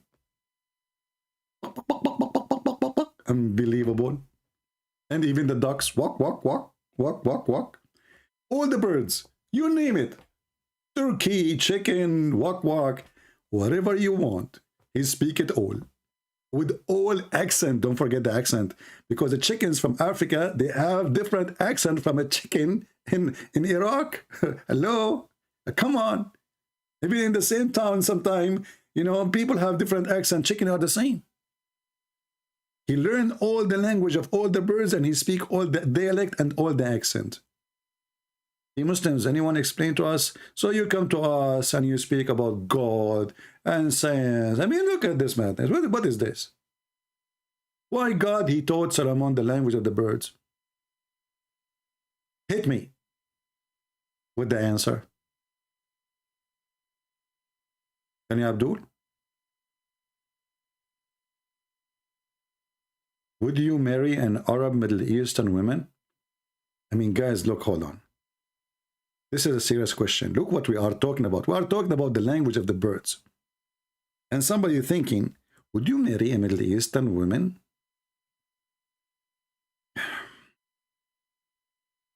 Oh boy. Now I know why Shakespeare, he said, to be or not to be, this is the question. He was asking me to be a Middle Eastern or not to be Middle Eastern. That is the question. I mean, where we are focusing and where you are focusing. Focus with me.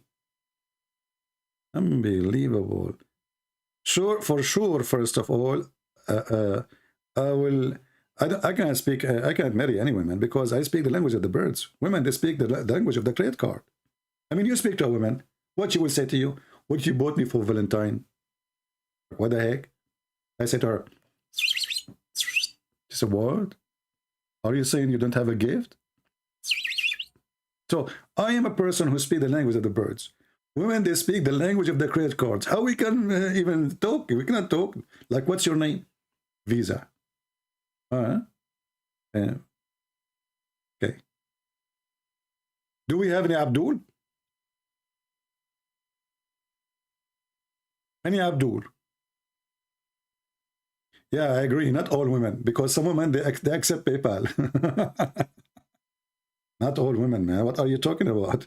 Not all women, they use a credit card. Some of us, we accept cash. Anyway, Marut is God in the wind of Hinduism. I don't know if you can give me a source, for maybe later you can post a link for it in the comment section so people can read about Marut, the God in the Hindu religion. I would like to read that, no problem. Any Mohammedan?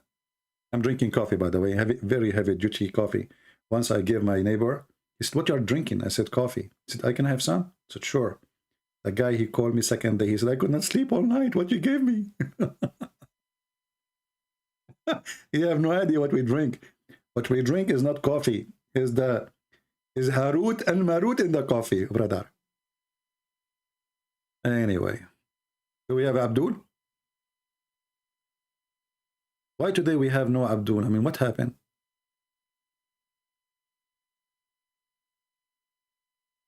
Why it's dry? Let me check the weather news.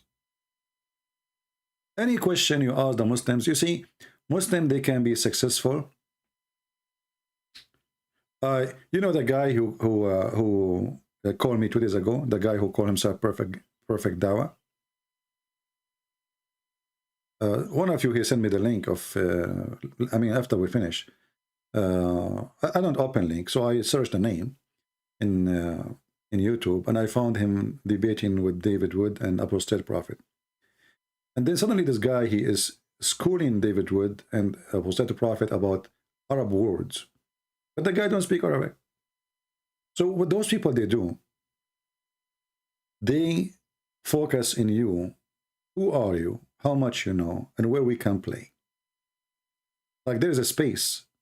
You need a space. They need a space to play. So if you don't speak Arabic, this is their space. They can lie as much as they want. They can say this is false translation. They can say whatever they want.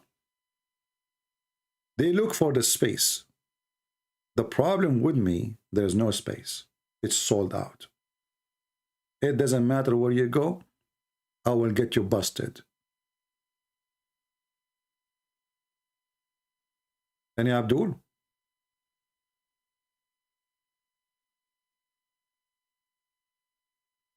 Any Mohammedan?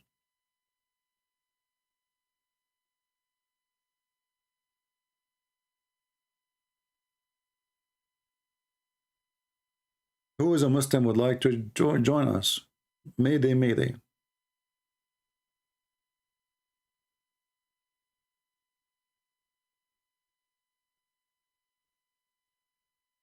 Oh, it is Ramadan. They are eating now. You know, Ramadan is a month of fasting. In fact, it's the month of eating. All Muslims in Ramadan, they get fat. Especially females. Any Abdul?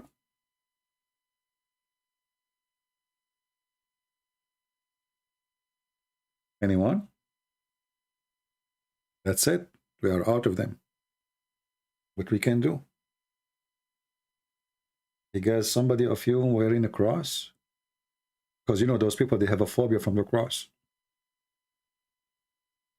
The funny is that the Muslim, they call people who expose Islam Islamophobic. And the Muhammadan is the one who have a phobia from pork, cross, Bible, church, chocolate, even chocolate, you know, they discovered chocolate had pork in it. They have phobia of everything. Phobia from the Jews, phobia from the Christian, phobia from the Hindus. Phobia, it's religion of phobia. And then they say we are phobic people. Would you talk about Muhammad boyfriend Al-Kalbi? Well, you know, Al-Kalbi, obviously, he was a person who accompanied Muhammad a lot of time. And he was the most handsome young man in Quraysh. And there is something nobody can explain. Why the relation between Muhammad and Al-Kalbi is so strong. Al-Kalbi mean by the way, the dogs. Al-Kalbi is the dogs, his last name. But you will notice that Muhammad, he claimed that when Jibreel come to him, he come to him in the look of Dahi Al-Kalbi.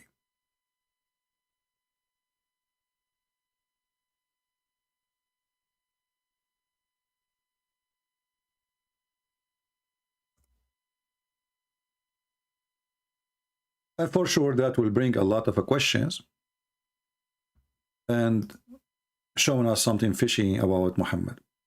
Muhammad, he could not explain why this person he stay in his house all the time. Once there is a story about Ibn Abbas, who was a kid. He entered the house and he said, I saw them in a special situation. But what it is, it doesn't say in Arabic. You know, like a special situation. And then Ibn Abbas, he said to Muhammad, to his cousin, but isn't it this is Dahi al-Kalbi? He said to him, he looked like Dahi al-Kalbi, but this is the angel of Allah. Look with me here what it says. This is Sahih al-Bukhari, it says.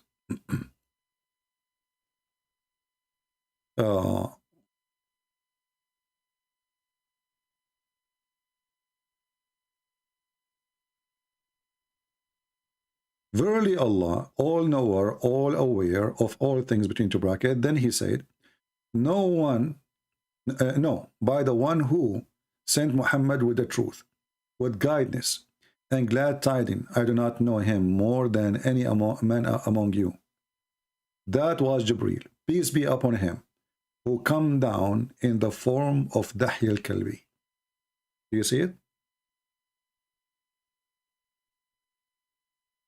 Muhammad, he could not explain why this man spent all night with him.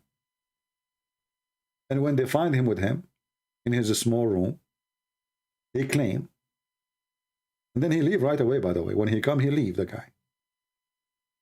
He claimed that this is the angel Jibreel. Who is a Muhammadan really is convinced that Jibreel, he took the look of Dahi al-Kalbi. And why he took the look of Dahi al-Kalbi? Is he out of luck? Because now we have two Dahi al-Kalbi in town. We have the angel Jibreel and we have Dahi al-Kalbi. How we will know which one is the one? How Muhammad himself knew which one is the one? If both of them, they look the same. Exactly the same.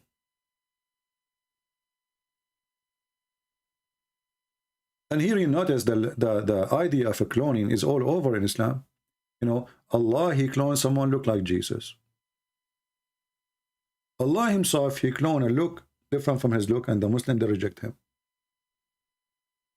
Isn't Muhammad, he says, Allah will come to them in a shape other than the one which they saw first time?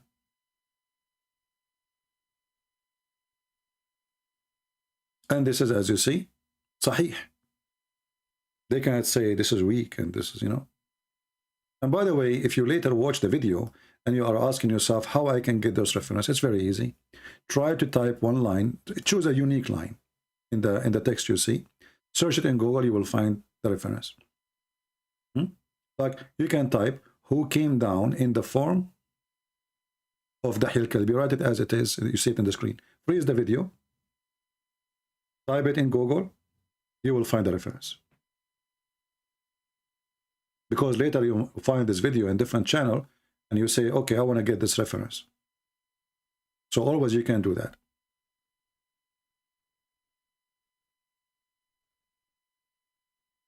Do we have any Mohammedan?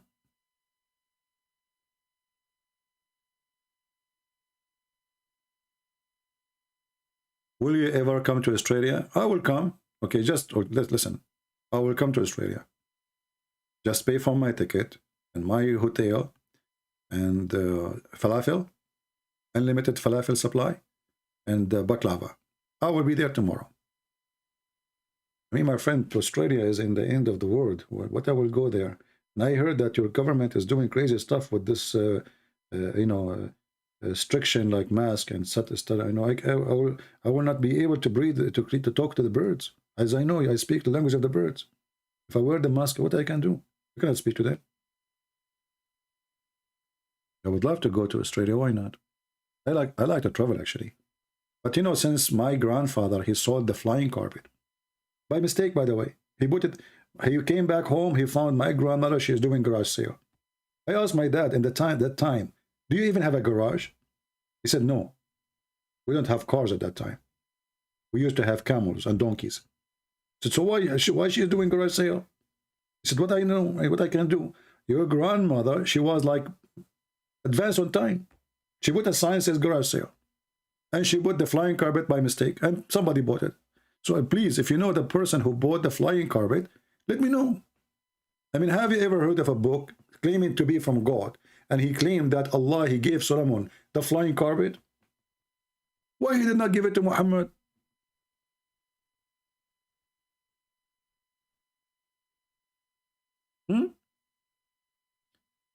Why Muhammad, the poor guy, the only thing he got is Quran?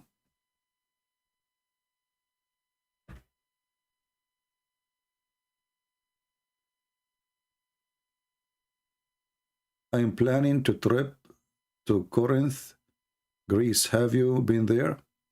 Dominic, don't remind me. You see, I am born long time ago, and I believe that I was like, I'm the founder of Greece. Okay, I will tell you the proof of that I'm the founder of Greece. If we go to the Quran, let us go first to the Hadith.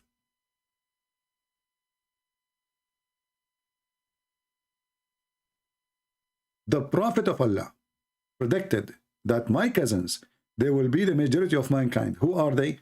They are the Roman and the Greece. Look at this. How Allah Prophet knew this? Where is the Hadith?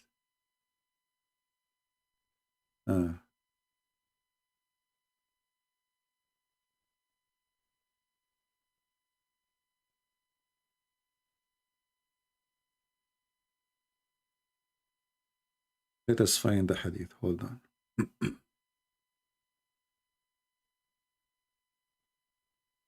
I mean, here you see, by the way, a clear sign that Muhammad is a prophet. Because how Muhammad, he noticed that the majority of mankind, they will be Roman. This is true. If you go to Indonesia, you will find all the Indonesian are Roman. Same as in China. Or Bangladesh. It's a clear evidence that Muhammad is telling the truth. The Roman, they will be the majority of mankind. It's in the front of you.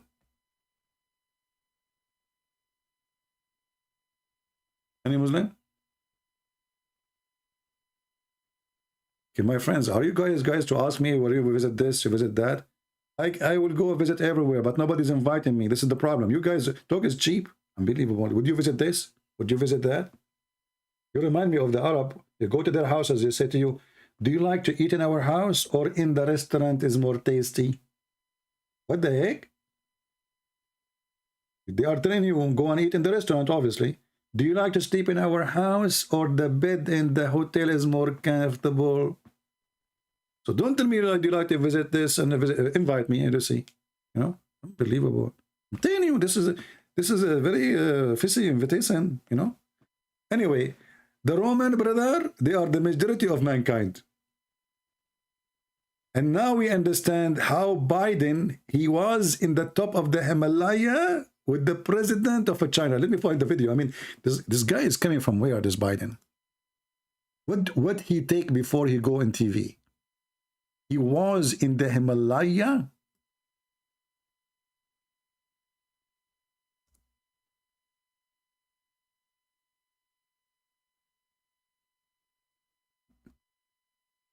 In the top of the Himalaya, 14,000 feet.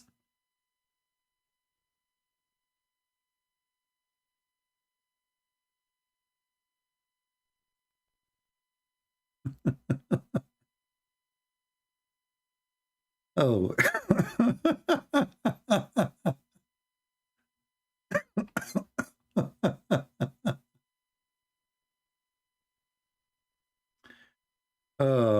Those things only happen to Joe Biden, you know.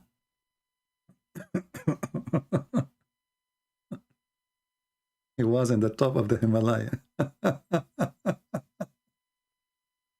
And you know, the second day, the whole world is busy trying to figure out where really what Biden is talking about. He was in the top of the Himalaya. Like, what the heck? You were? Really? But the guy never been there. I mean, even Muhammad did not do that, poo-poo. I'm so proud to have a president like this. I mean, we got the best president, you know. Yeah, he was like, where is the video about him was in the top of the Himalaya? I cannot find it. No way, it should be all over YouTube.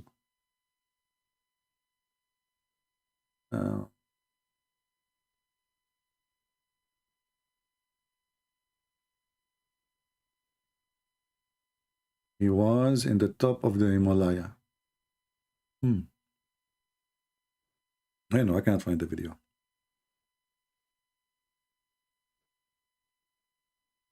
Thank you, Assam. Thank you, my friend. Thank you for all those who they are asking me if I can come there and there. I really appreciate you all. I'm just joking with you. I know that you mean it. You know, you mean it, and as long as you did not meet me, the second you meet me, you fly. You know, you say, you know what? I forgot my wallet at home. Stay here, and I will go and get it. You know? Yeah, I'm serious. He said he was in the top of the Himalaya. What are you talking about? You think I'm joking? Okay, now you are forcing me to find the video. Hold on, let me find it. I need to find it. I'm not going to give up. He was in the top of the Himalaya.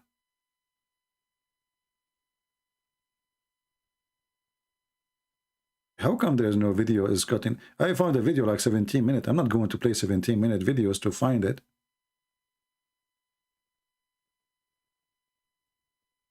But you can search it anyway. You can search it and you can find it. It's very funny. What an idiot.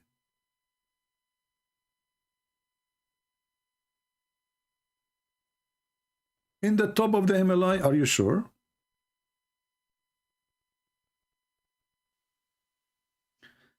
Okay. Yeah, by a helicopter, exactly. I mean, the helicopter can go to the top of the Himalaya, you know? Especially if the copter is a special copter. It's a copterine coming from nectarine.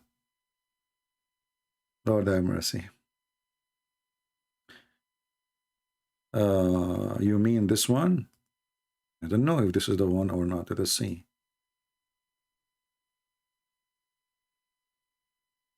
Let us copy your link and see if it is the one. So there's a music. You need to be careful when you send me a link. If there is a music, they can, if you know, if the music is not allowed.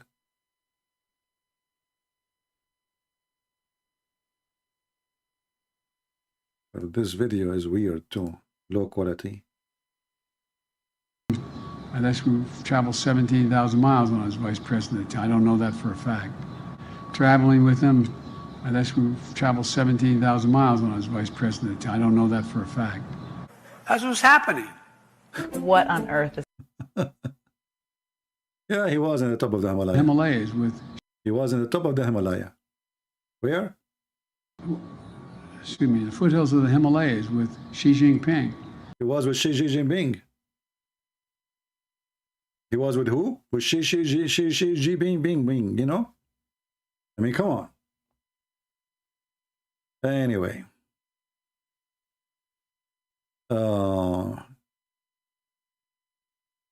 Come to Africa, Nigeria. I like to go to Africa, actually. But, you know, the problem with Africa, I don't trust the government. I trust the people who they are. I mean, people who I will invite them.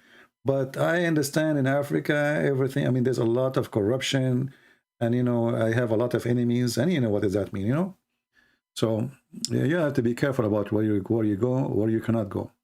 Otherwise, I love to go and meet my brothers and sisters from Africa. Actually, I did a seminar in Odessa, Ukraine. 90, maybe 7% of those who they were in the seminar, they were African, you know, which means the majority of those who attend the seminar, they were African. Wonderful people. I love them.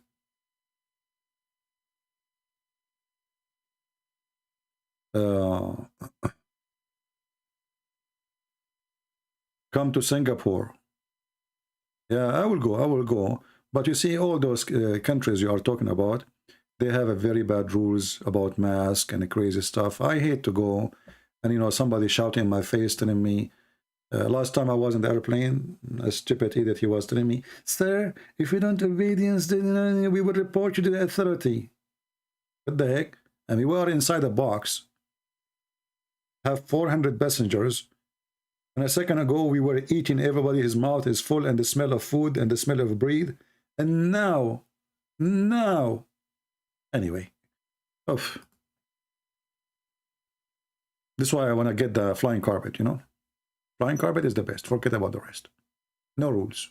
You put your feet at the edge of the flying carpet, and you go. So, do we have any Mohammedan here?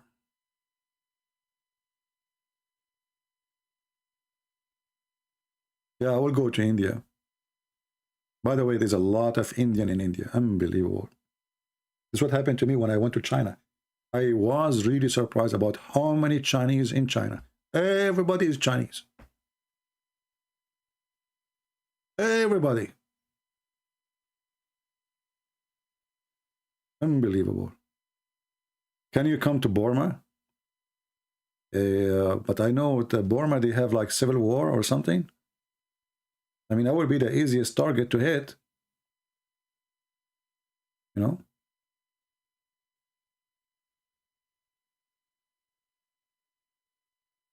You know, when I went to China, nobody speaks English. Even the information center. I mean, there's an information center.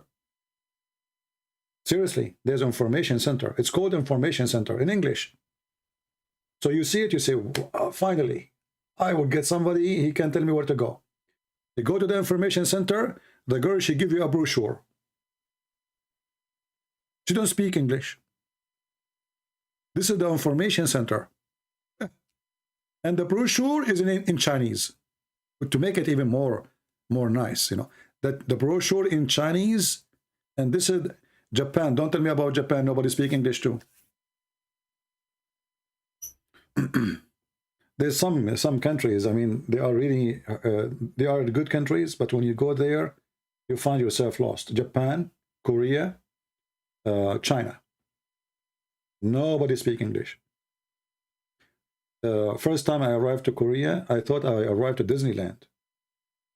Women, they are wearing hats, weird boots, coat. It was summertime. I was looking like, what happened in this country? I mean, the same you see them in the movie, like from the 40s, 45 years of, you know, in the War II, those women hats, you know, big hats, and there's like things coming in their face. I really felt like I'm in Disneyland when I went to Korea. But Korean people, for sure, they are nice people. but they have something for clothing and fashion, you know. Yeah. Visit me, That's a good visit. He will show me his nipples if I visit him, you know, and then he will put tomato sauce in his stomach and will say, Christian Prince did that to me. Man huwa Qatham. Qatham is the real name of Muhammad, which Muhammad he replaced later. You see, you can prove easy that the name of Muhammad is not Muhammad because the Quran itself sometimes call him Muhammad, sometimes called Ahmad. But who is Muhammad and who is Ahmad? Nobody knows. If you remember in the Quran, it says that supposedly the Messiah, he said that there's a prophet will come after me. His name is Ahmad. Well, if the name of Muhammad is Ahmad, then who is Muhammad? So obviously this is a title, it's not a name. Right? I hope I answer you about that. Visit Russia. I would love to visit Russia, but not as long this filthy Putin is there. You know, I used to respect this man. I used to think highly about him. But now I spit at him. I believe this filthy person is an animal. He have no heart. And he is stupid. He caused the death of tens of thousands of people for nothing. Literally nothing. I would love to go to Russia, but not as long as this filthy Putin is there. We pray. I already made a prayer that the Lord will take him. And let us see if the Lord accepts my prayer. Usually he does.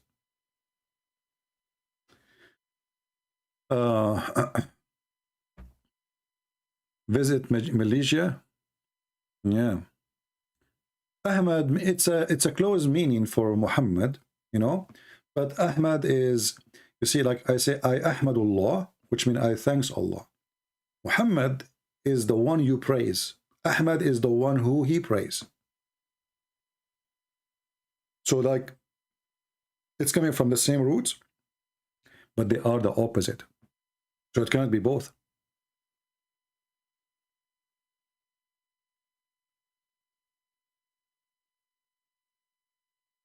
No, my friend. First of all, when somebody says Putin is protecting himself, that is a lie. I'm not accusing you of your lying. I'm accusing you that you believe in a lie, because this is Russia, who, as you see, the NATO is terrified even to say hello to Russia. So when you say he want to protect himself, how come he did not protect himself when the Turkish and the Azerbaijani attack Armenia? Is it a threat to take Armenia to Russia? He was watching, and his best friend right now is the Turkish. Isn't it the Turkish are part of the NATO?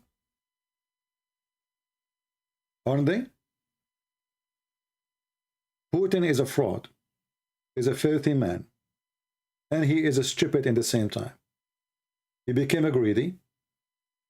He said to himself, those Western are terrified of me. Let me take this country, make it again part of Russia. He was watching the Armenian being slaughtered. He sold them out. The same he did for the people of Serbia. And soon he will use the Armenian and the Serbian to create a war in Europe, and he will let them just die. He will sell them out. He will make a deal with European. Drop your sanctions on me, we will drop the war there. Evil, very evil person. People don't see. People are blind. I mean, a guy who have the most powerful nukes in the world, he need to protect himself by what? By taking Ukraine. Well, the NATO is all around you. What Ukraine would do? It is a lie. But only naive people, they will believe in it. And you know, not to forget to mention that both parties lie about each other. Like the Ukrainian, they lie about the Russian, and the Russian lie about Ukrainian. I'm talking about the government. So the Russian now, they are saying that Ukrainian are fascist, Nazi. The guy is a Jew, and I was there. There's no such a thing. And then that Ukrainian now, they are saying the same. That the Russian are fascist, they are Nazi. It's a, you know, they demonize each other. the only successful person in this war is Satan. Divide two Christian countries. They have the same even churches, killing each other, and there's no benefit. And now, what Putin exactly did? Did he stop Ukraine from joining anyone? Trust me, Ukraine now is going to build an army as never before. You will see. And not only that, I mean, this guy, he came with full-scale army and he was defeated like a rat. He accomplished nothing. He sent 66 kilometers of caravan from the army of Qadarov. 66 kilometers. They put their tail between their legs and they run away from Kiev. Kiev is a target. If you tell me this is not the target, so why he came there? He ran away. He was defeated.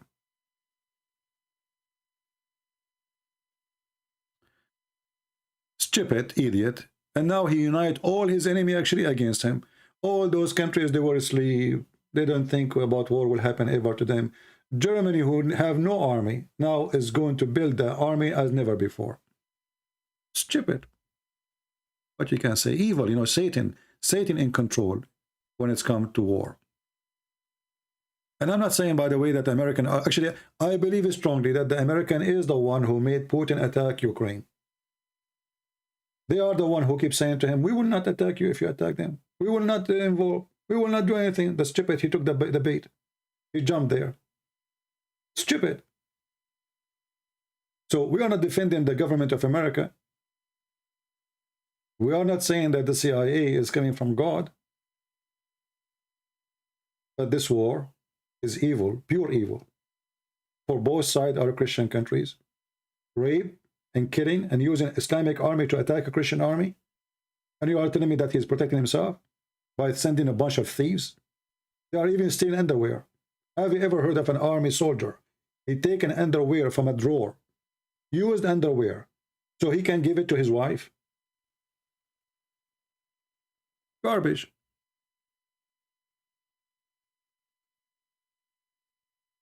There's no Christian will be happy to see those people losing their houses, old people losing their houses. I mean, imagine you spend your life building a house, overnight you lose it.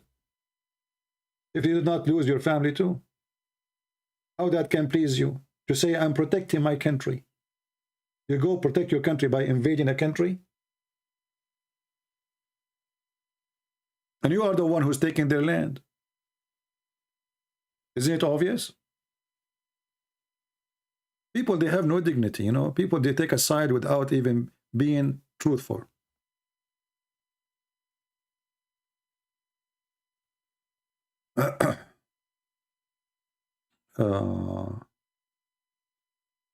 If you want to attack America, here we go. America in front of you.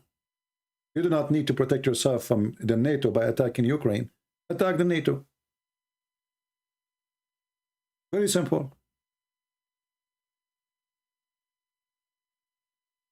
Imagine, I want to fight the wolf by attacking the cat. This is what they do. This is the logic is. You're just fooling yourself.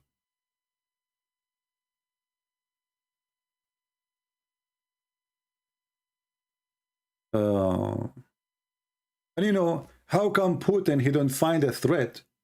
He opened his border to the Turkish. All his citizens, they go to Turkey for tourism, supporting Erdogan, the criminal, who is killing Christians, killing Armenians. Who is the one who opened, who is the one who signed all this agreement to make the Turkish regime flourish? Erdogan is bankrupt. I mean, the guy, he just stopped the case against Saudi Arabia, the embassy who killed Khashoggi. They made him shish kebab, literally. The guy, Erdogan, we will take you to court. This is a crime. We will not. And now, because he is bankrupt, he needs their money. He dropped the case. Not only he dropped the case, they made a new decision now that this case belonged to Saudi Arabia. Imagine the one who killed the guy. I mean, the guy he killed in your country. And Putin is the same guy who knows that Erdogan is the one who took our holy church. And he claimed to be Christian. And do you know how many churches are burned now in Ukraine? I mean, this is disgusting, man. Anyone who defends Putin, I say to you, shame on you. If Ukraine attacking Russia, I will be against Ukraine. If USA attacking Russia, I will be against USA.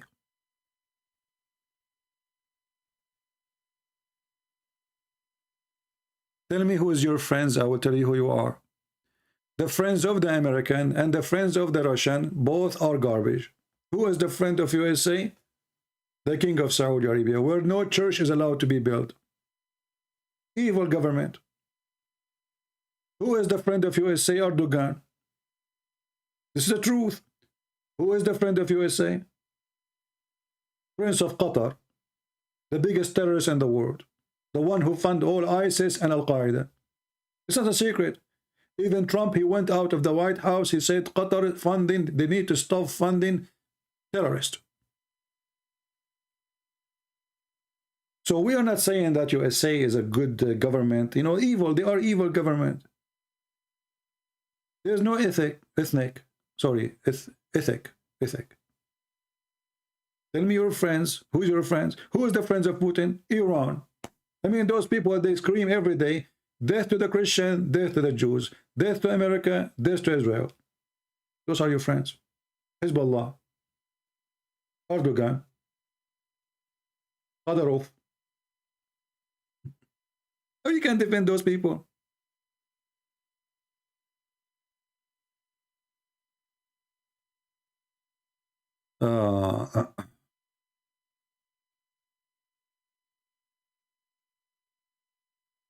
Somebody saying pedophile are your Catholic priest. Hey, my friend, you are just a stupid idiot. I'm not a Catholic. But in case you do not know, the Catholic Church, the number of priests they have is bigger than a country. So if there is a country have, let us say, 50 million, and there's 500 criminals, that means the country have 0 criminals. That is a very clean country. So the stupid you say the Catholic priests are pedophile, when they are, those are a small number compared to a huge millions of priests. Shame on you, coward son of Muta. However, your prophet Muhammad is the biggest pedophile legally, and he make it official. Stick to Islam. Well, I know what I'm talking about, and you don't like it, you leave. Get out of here. Any Christian who support killing a Christian, he is no Christian. It doesn't matter who is the one doing the killing. Coward, shame on you. How in the world anyone claim to be a Christian, he take a side with somebody killing Christians? You have no dignity. And you know what? I pray to God that the houses of those people who support killing Christians, they've been taken from them. I pray to God that the same you wish to them will happen to you. For this is justice. There's no Christian will be happy to see a house in Russia is burned or a house in Ukraine is burned. That is not a Christian. That is evil. And evil those who support the one who is doing the attack. It's not the Ukrainian going to Moscow. It's not the Ukrainian, they are burning the houses of the Russian. It is you coming to their country. And let me tell you why you are coming to their country. Because they are weak. Because they are poor. If Putin is a man, come to America. We took all of Alaska from him. Alaska is 4 times bigger than Ukraine. Oh, everybody knows Alaska belongs to Russia. Do the coward Putin get close to Alaska? It is less than 50 meters away from the border. Those monsters, they go after the weak. It's like the hyena. It's like the wolf. He watched the cattle. He looked for the weak one, the one who cannot run, the young one. This is why they attack Ukraine. Why you don't attack England? Here we go. The biggest supporter now to Ukraine is England. Go attack England directly. But they don't dare. He's a coward. And you know what? The proof that he is doing an action against God, look how his army is being defeated by a bunch of farmers.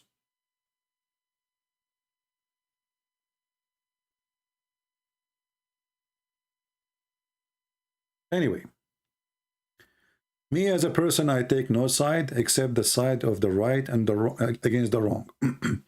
I met the Ukrainian. They are poor people. They are farmers. They don't even, many of them, they don't even have fan in their house. Their houses, I mean, the houses are collapsing. The friend I went to their house, the one who invited me, when I was entering the entrance, I look at the ceiling. I mean, the ceiling is coming down.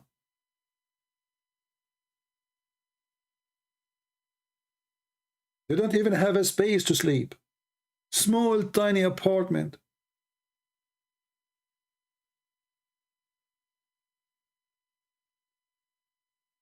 Why you want to go there to war with them? When Trump was in the office, do you know what Trump he did? He killed more than 270 Russian in less than 30 minutes. In less than 30 minutes in the north of Syria. Do you know what Putin he did? He said those are from Wagner. They don't belong to Russia. Isn't it? Aren't they the Russian citizen? And Wagner are not Russian now, and they are not under the command of the Russian government. He go blind, as if nothing happened. More than 270. He killed them in less than 30 seconds or 30 minutes. They were hunting them like rats, the American. And Putin went so quiet. Was he not there? But he is a hero in front of the poor Ukrainian. That is the truth. And you know, I went there. They speak about them. They are fascists. You will find people from around the world coming to Ukraine. I mean, it's the most welcoming country. You will find Arab, Muslims, Jews, Hindus, Indian. Everybody is welcome.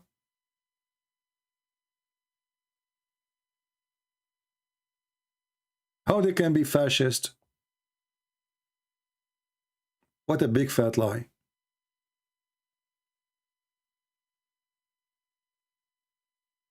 And you know, in Russia right now, if you say the word war, you get arrested. They made even a law against it. I mean, what is this guy? He claimed that he is elected, Putin. Well, if your citizen cannot talk, how you can be elected? Here we go. I make fun of Biden. I make joke about him every day. I am not even born in USA. I am an immigrant. Did the CIA kill me? Did they arrest me? This is a country. You want to know how good your country is?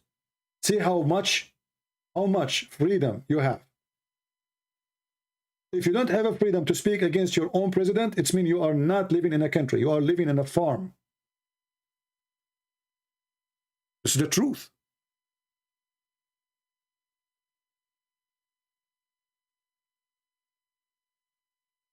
If the Russian, they cannot speak, every person who speaks against Putin is either dead, they shoot him in the head, and they claim a guy from Chechnya killed him, but we know who is controlling Chechnya. I mean, notice all the ones opposing Putin, they be killed by somebody from Chechnya. All of them. And if they could not kill him by that way, they will try to put a poison for him. This is the truth.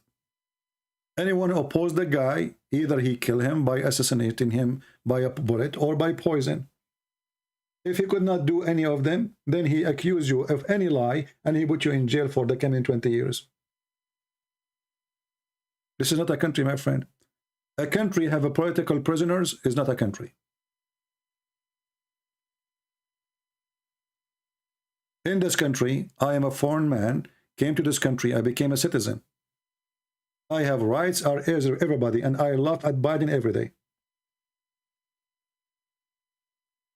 I'm not being questioned. I wasn't arrested for what I say. Or this is a free country.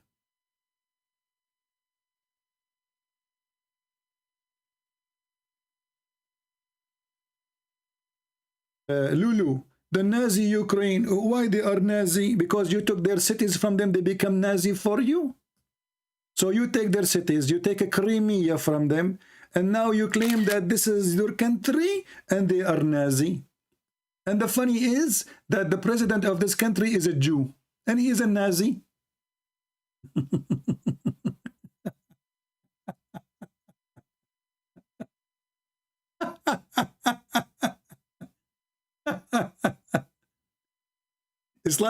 It's like saying Christian Prince, he hates the Arab and he is an Arab. I mean, you are a stupid donkey. I mean, the guy is a Jew and he is a Nazi. Couldn't you find something better to accuse him with? The guy literally is a Jew. He's a Nazi, brother. True story. I want to know what the Russian they will do if somebody take a city in the border of Russia. What Putin would do? He will give you a hug. I mean, you took more than 35% of their country. Anyway, don't waste my time. Anyone who support Putin, I spit at you. I spit literally. And I will take my spit and I will wash it after I spit at you. Because you are not worth it. You are no Christian. You are Antichrist. Ask yourself what Christ would do, what he will say to Putin in the day of judgment about all those children being killed, all those houses are burned, all those churches are destroyed. Mass grave, shooting people walking on a bicycle. How dare you? I pray only to the Lord that the one who wished the death of others, his death will be horrible. No matter who. I pray to the Lord that everyone he make an evil wish, his evil wish will come back to him.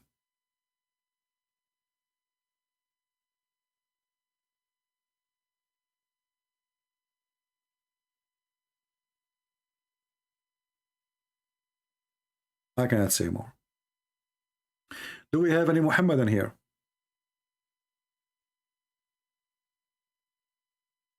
Well, I'm not waiting for the word to make this person pay for his crimes, but I know that the Lord exists and he will make criminals pay for their crimes.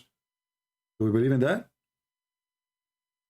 It doesn't matter who they are. American president, Russian president, Chinese president, whoever president. The one who commit a crime, he will pay in front of the Lord, and he will pay horribly.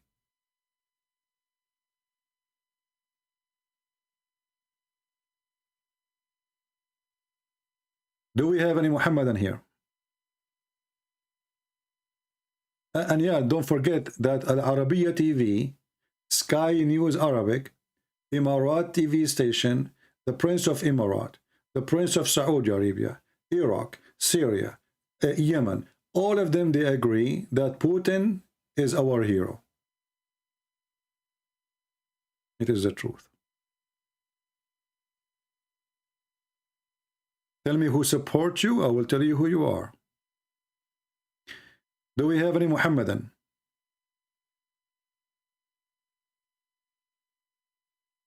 Anyone?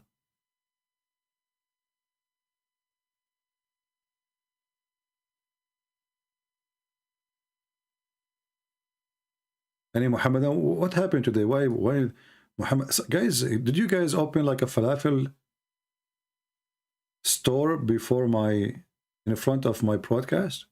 Muslims are going there.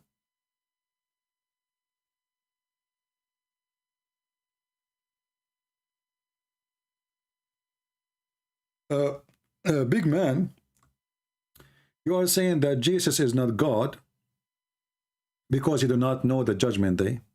Okay, well, according to the Bible, Jesus, he knew the judgment day. And not only that, according to the Quran too. Do you want to call me to show you? Is that fair, guys? In front of everybody. You Muslims, you quote verses from the Bible, but you don't understand them. The Quran says about those who carry the Torah without able to read in it, the same as donkeys. So what about you call me right now, and everybody will see who is the one who knows what he's talking about. As I know, even your sheikhs agree that the Quran say that Jesus, he knew the hour. Do you want me to play the video for you? Let us do that. Look like you are not updating your knowledge about what your friends, the Mohammedan, they say. I hear the cow now. Let us see. This is your sheikh. Do you know this sheikh? Speaking about Sheikh Uthman, sorry, Sheikh Imran, very big sheikh. Who he say that Sheikh Imran said that the Quran obviously says that Jesus have the knowledge of the hour. And imagine this coward, he make his video private after we found it. He make a video for Muslims. He want to tell the Muslims what Sheikh Imran is saying, that Jesus, he knew the hour. The second they told him that, oh, Christian Prince, he is speaking about your video, he made it private. Cowards. They are cowards. Watch with me and laugh. This is your sheikh, not me.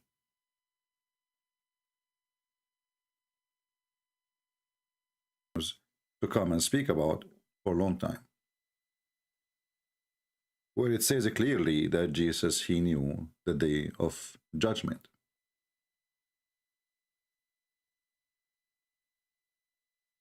If you see this person here in the screen, this is the same sheikh who speak about farting. You know, remember the video, the funny one, when you go in the bathroom, shaitan, he go and play with your anus if you didn't enter with certain foot and say certain prayer. You think you will stay there for 5 minutes, you stay there for 2 hours because shaitan go inside your anus. This is the same guy. Now this guy, he's from Pakistan, I think, too, and he did not like at all what Sheikh Imran he said. But what Sheikh Imran he said exactly?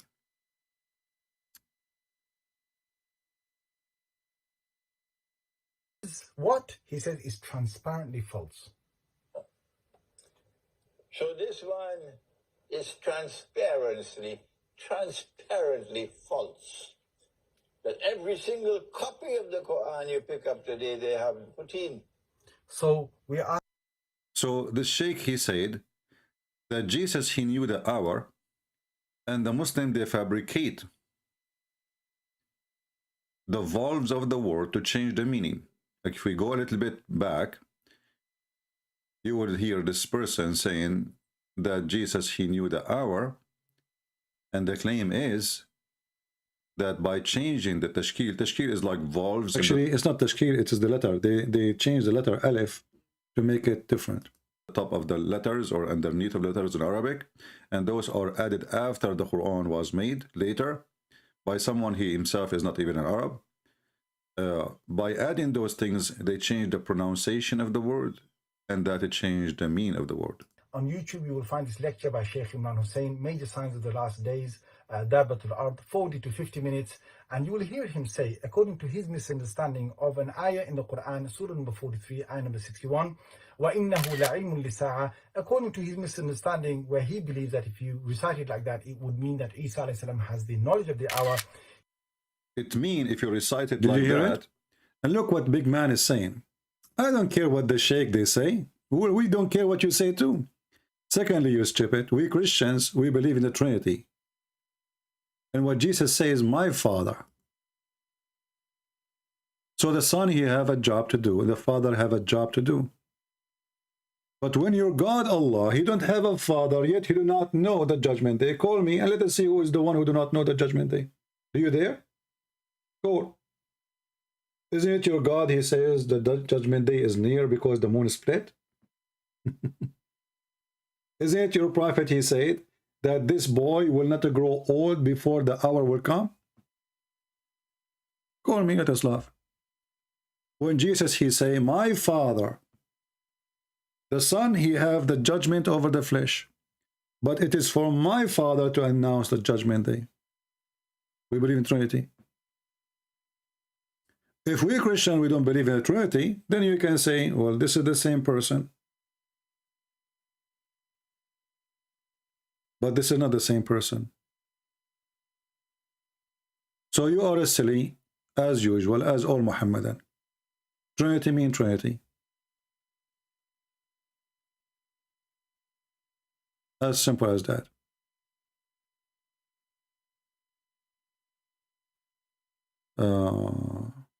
Don't send me links. I don't open links in Skype. Don't try that. I will block you.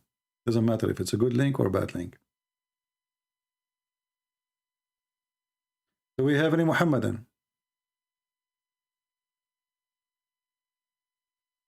Big man is a small man, obviously. He don't dare to call me.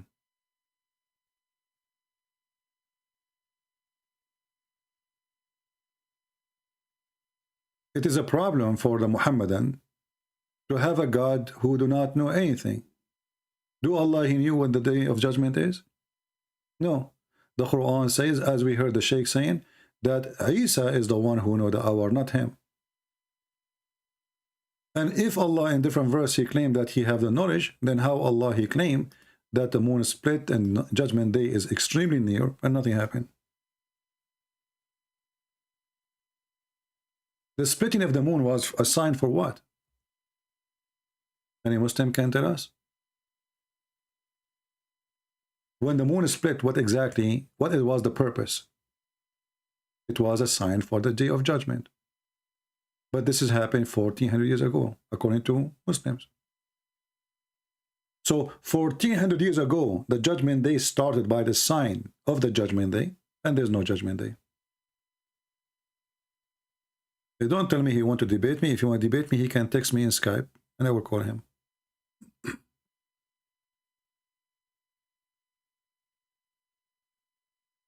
Do we have any brave? They call themselves big men, small men. They are all of them potatoes.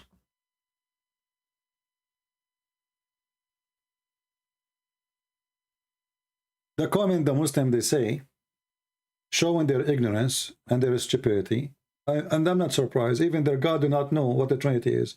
The stupid God of Muhammad, he think that the Christian believe that Mary is God. She get married from the Father. They have a son. His name is Jesus. This is how stupid the Quran. So why are you expecting the Muslim to understand what the Bible says?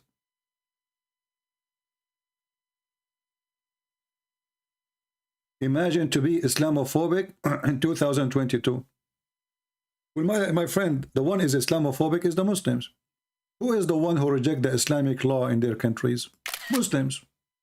It is you who is Islamophobic. You die to come to the West. Learning from what? From Islam practice. Who is stopping the Muslim to practice Sharia law in Pakistan, in Bangladesh, in Indonesia, in Kuwait, in Bahrain, not to mention Emirat, the country of the bikini and nightclub?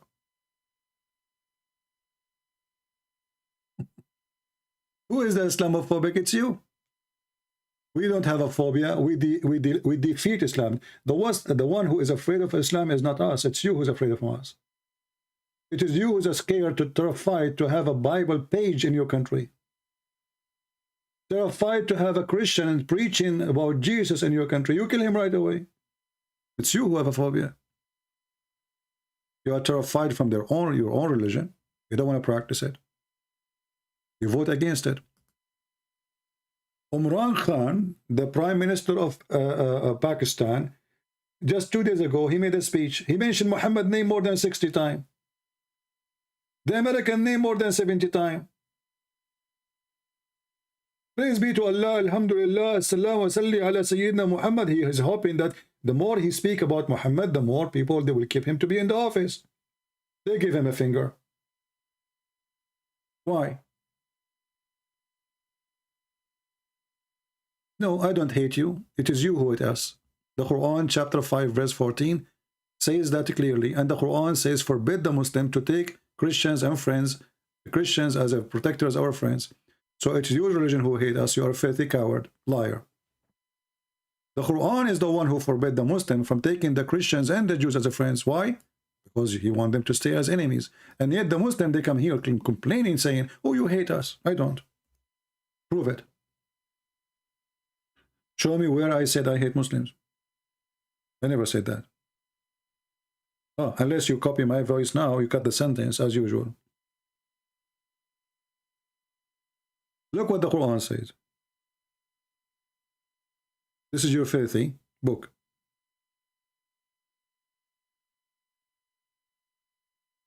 When there's a book says, my followers cannot take a Christian or a Jew as a friend, he is saying clearly that they are our enemies forever. We hate them. Chapter 3, verse number 28. Let not the believers take for friends or helpers unbelievers. And if one of them he do that, he is not a Muslim believer no more. Do you see it? This is the book of hate. This is the book of evil. Chapter 3, verse number 28. And this is chapter teaching you to do taqiyya. Unless you feel yourself, you have to do so. Guard yourself from them. Speaking to them in a friendly way while you hate them. Do you see it? Taqiyya. If you go in chapter 5,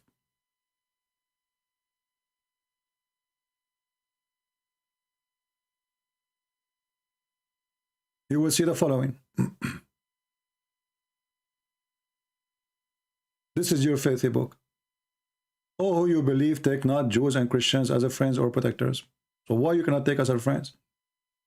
If you are a person who really don't hate the Christians as you claim, why you cannot take them as a friends?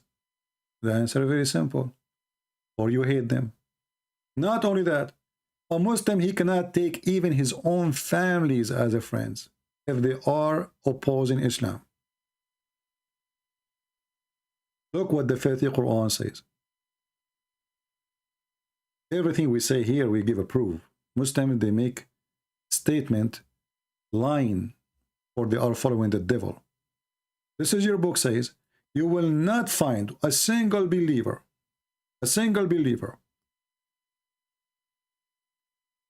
who love those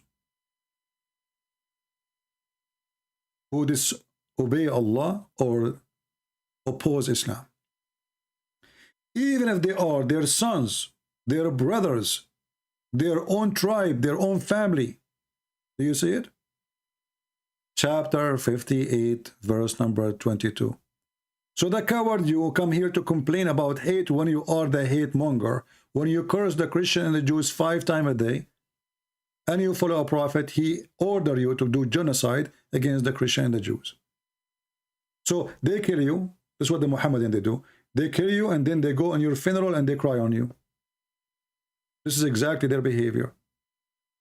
They want to make you look bad. But this is your book. You are not allowed to love even your own children, your own brothers, your own sister, your own mothers, your own father, from your blood, if they don't accept Islam. This is a pure hateful religion.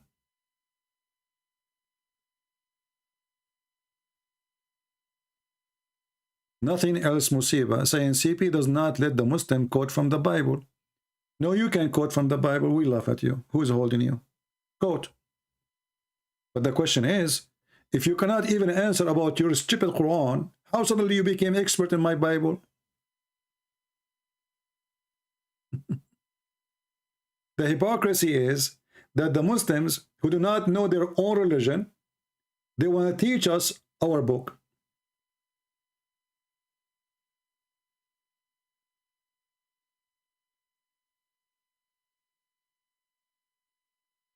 Any Muhammadan?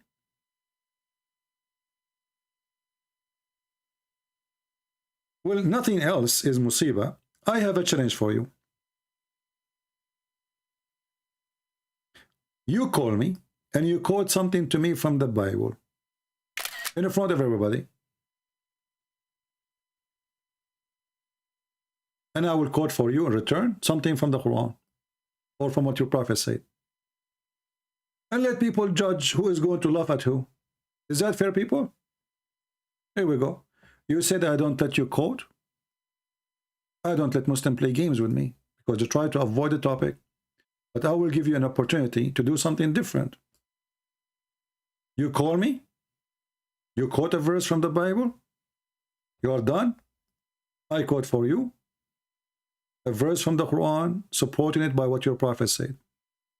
Either people will laugh at your religion or they will laugh at mine. What do you think? Right now.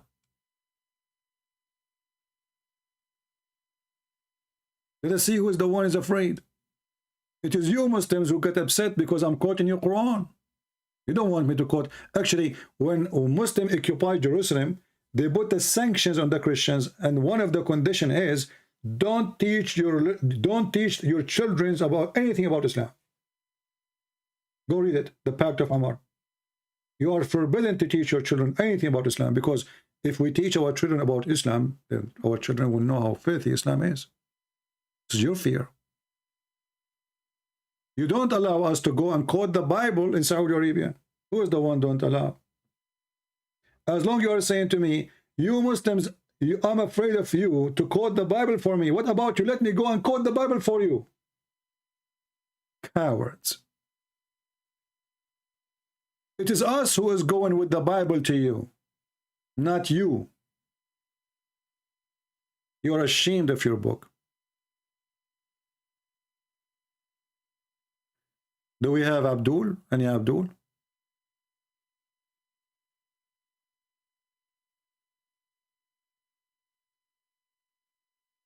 Anyone?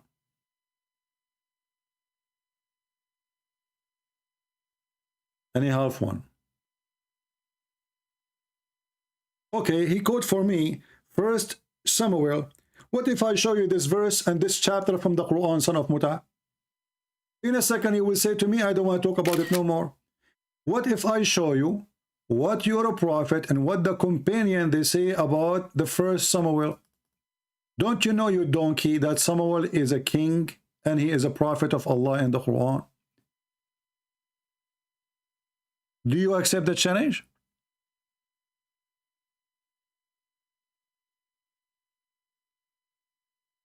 The story, you donkey, is in your book. You are a certified donkey like the rest of your prophet companions.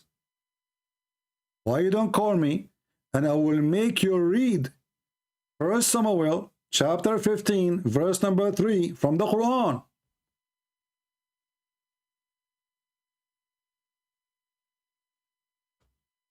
Do you dare?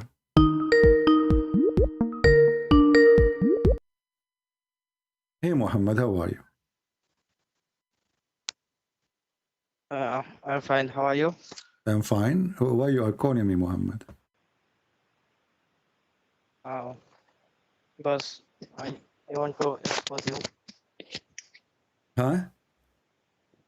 I want to expose you. You want to expose me? Okay, expose me. Go ahead. Yes. So, did you find an answer for? Did you find the answer for the previous question I gave you? But you haven't answered my question. I said that. What I said to you. What I said to you when you called me last time. But I first asked you a question. You didn't answer my question. What is the question I gave you last time, and you left with your tail behind your bum? Now tell me what is the question? What was the question? What was the question? You could not answer, and you ran away. Oh no, I didn't run away. Okay, you see, your friend here is speaking about the 1 Samuel. Are you against the story in 1 Samuel in the Quran, in the Bible, or you support it? 1 Samuel 50. 15. Hello? Hello? Yes, 15:3. Uh-huh.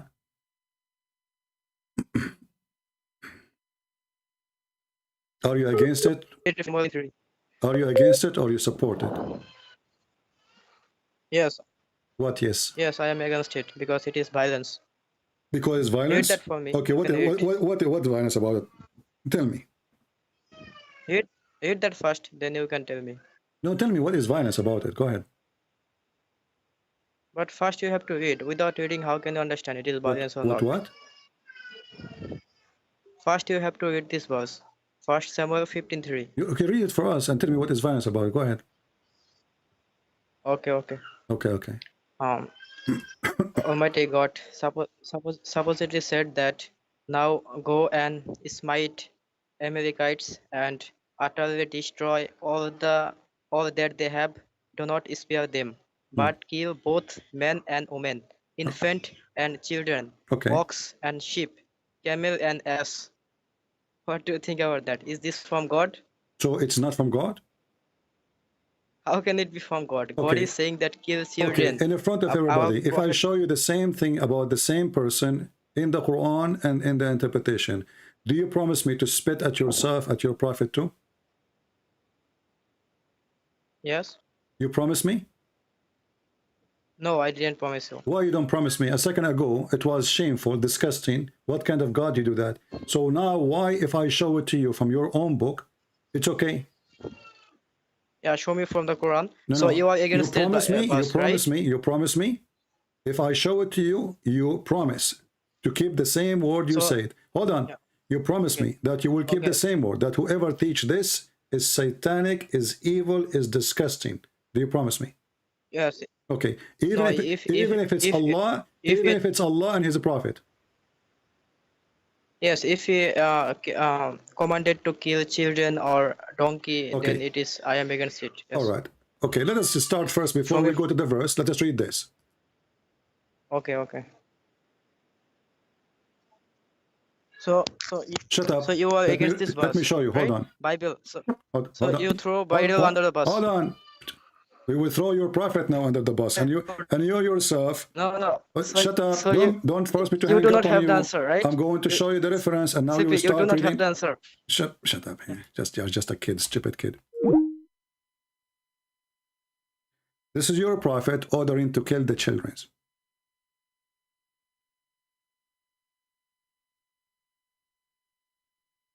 And now I will call you back. I will show you reference by reference, and then I will give you the chapter from the Quran about Samuel. Now, let us call him back.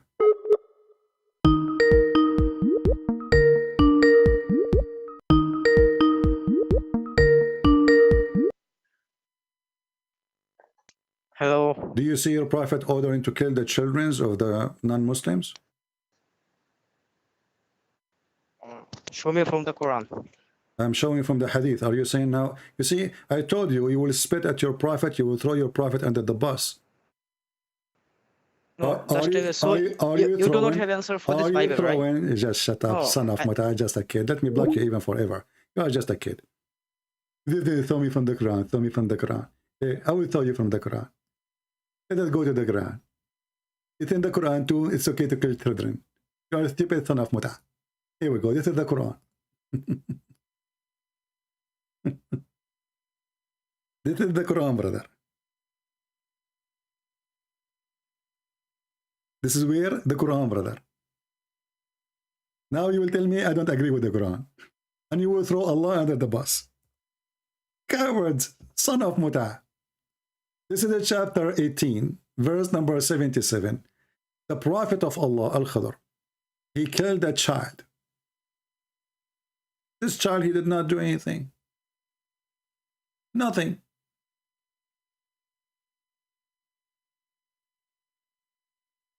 For in the future, he will be a kafir, so it's okay to kill children who they are kuffar. This is Quran. Do we have any Muhammadan? In a second, they throw their God and their prophet under the bus. This is your Quran. Now let us go to the story of Samuel in the stupid Quran. Donkeys do not know that Muhammad was copying the Jews and everything, trying to create a religion. Read this verse with me and laugh at your prophet.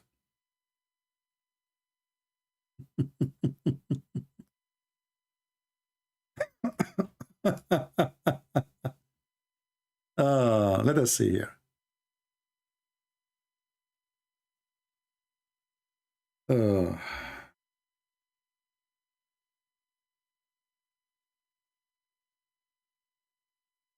Chapter 2, verse number 246.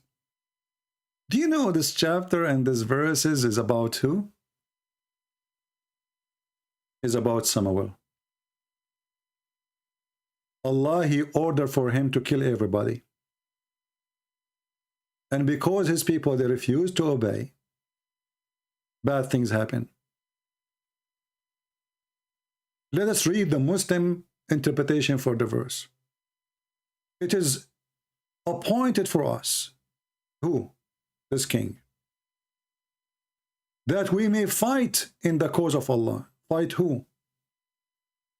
The same people the Bible mentioned their names. What kind of fight? Those people, they killed almost every single Jew.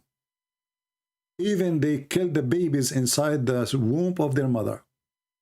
Let us open the stupid Quran interpretation.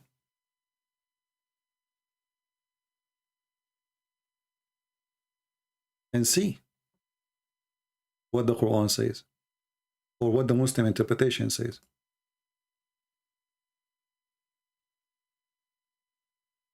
Potatoes, cowards, no dignity. They don't even know what is written in their books.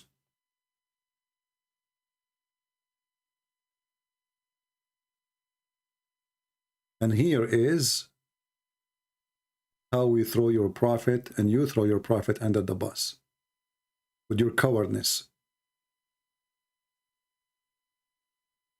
I'm opening the interpretation. You can open any interpretation you want. Again, this is a chapter 2, verse number 246.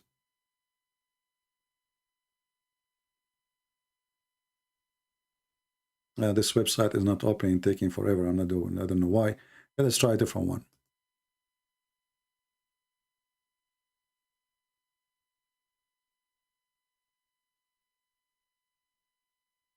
You are talking to Christian Prince, you donkey. Anything you say to me will be used against you. And this is how hypocrite you are. Of followers of a criminal who killed everybody in his way. He cleansed the Arabian Peninsula. There's single Christian. Where is the kids? Actually, there's a hadith speaking about a Jew. Why did not kill him? He said, Lam anbut, which means they could not find hair around my private part. So if you have little hair, they kill you. Which means they kill children. Because Middle Eastern, they have hair in that area in a very, very young age. Let us see. Here we go. And this is Sahih.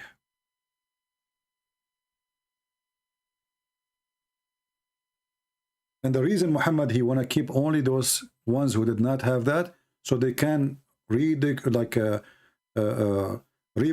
them and make them to be Muslims. If you are already 9 years old, you are hard to convince. If you are 6 years old, it's very easy to make you believe that you are even born one of us. But let us go to the Quran.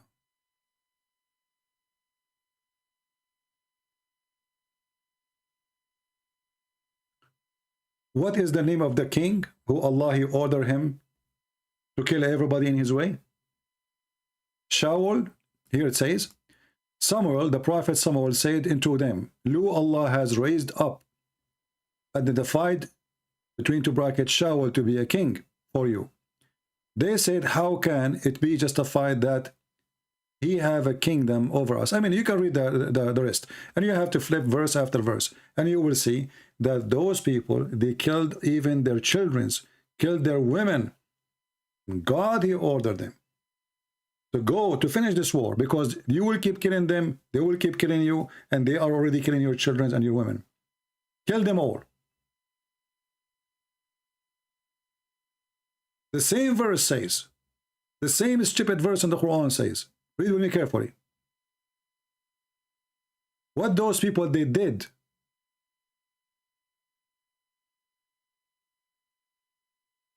Muslims, they suffer from zero dignity in their blood. Let us go back to the verse.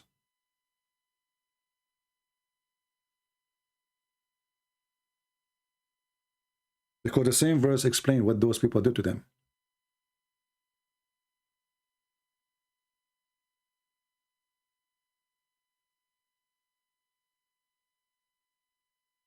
How could we refuse to fight the cause for the cause of Allah, seeing that we have we're turned out of our homes and our families?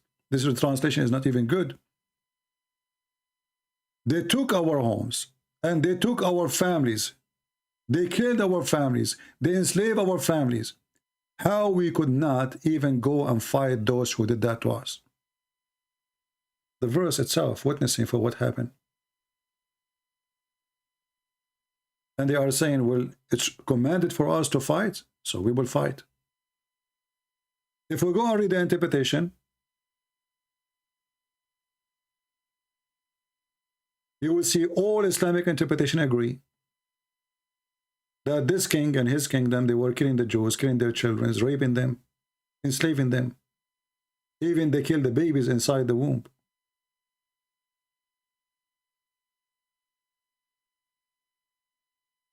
Muslims are a bunch of hypocrites.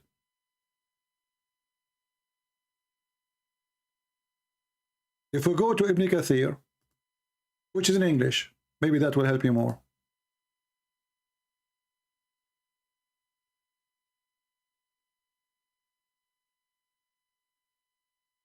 I want to tell you, are you're afraid to quote for us from the Bible? No, we are not. We have the Bible. We believe in what written in the Bible. It's you who's ashamed of your book. It's you, when we show you something, you say, I don't agree with it. This is book written 300 years after Muhammad. It's you who's ashamed of your book, not us. Here you will see more details in Ibn Kathir.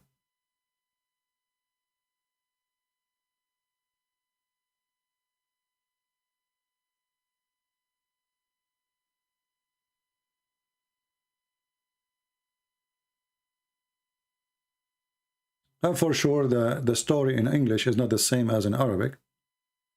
It's very little here. I don't know what happened. They shrink it. I mean, where is the rest of the verse?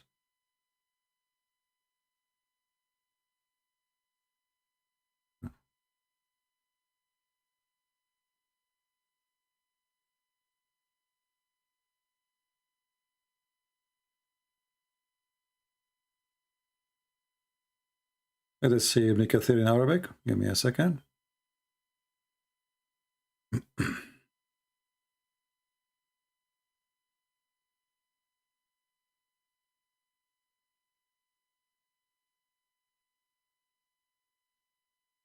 Ibn Kathir. Or maybe we can go to the master of Ibn Kathir.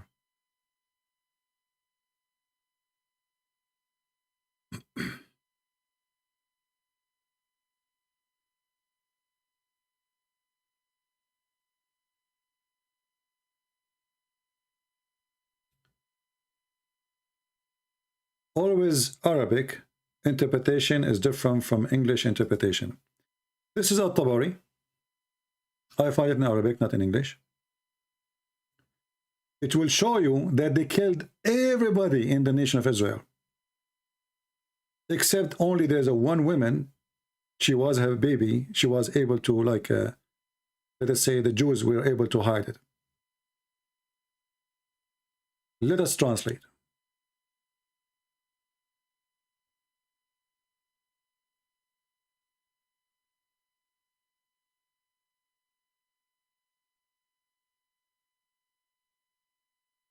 So here you see the Muslim scholars, they are defending the story of Samuel,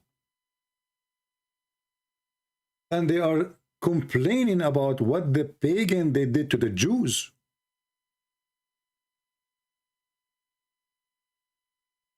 Only one person, only one woman, she left with a child, she did not give birth yet. And later she gave birth for a person who will be their leader to save them from the enemy. Here you see the hypocrisy of the garbage of those who come in YouTube. In their books, by the way, in the authority of Murrah, Imam Murrah, in the authority of Ibn Mas'ud, in the authority of the companion of Allah Messenger, in the authority of a stupid boom doom.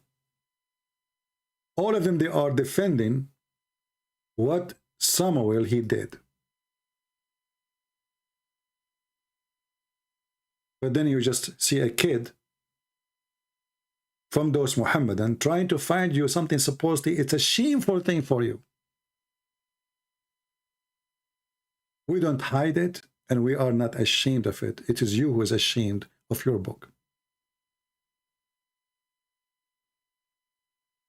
Cowards. Let me pause for you at Tabari, and you can use Google Translation. I will post the link in Arabic. I will shorten the link first.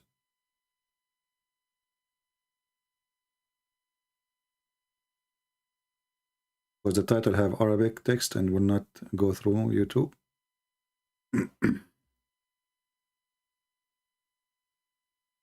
All right.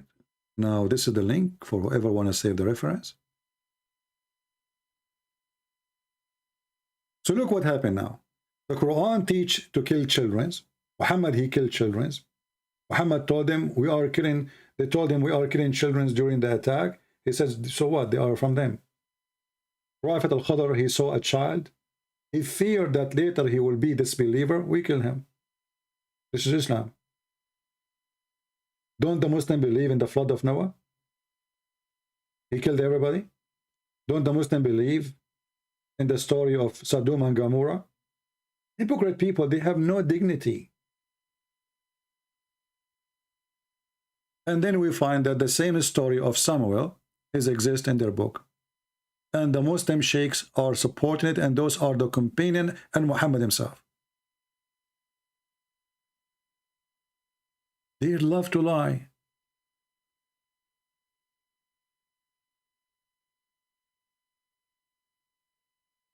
And not only that, by the way, the Quran speaks against them because they refuse to kill. Because if you read the chapter, they did not kill them. If you read the verses in the Bible later, you will see that he did not kill anybody. He did not kill the women and the children. I mean, do you see the stupidity? Their book condemned them because they did not kill everybody.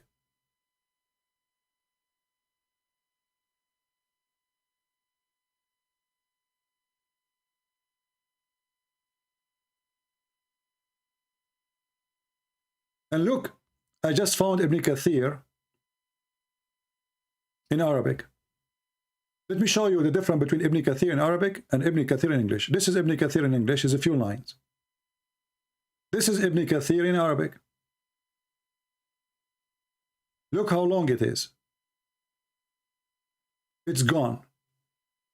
And here it says it clearly that those people, they killed a lot of the Jews.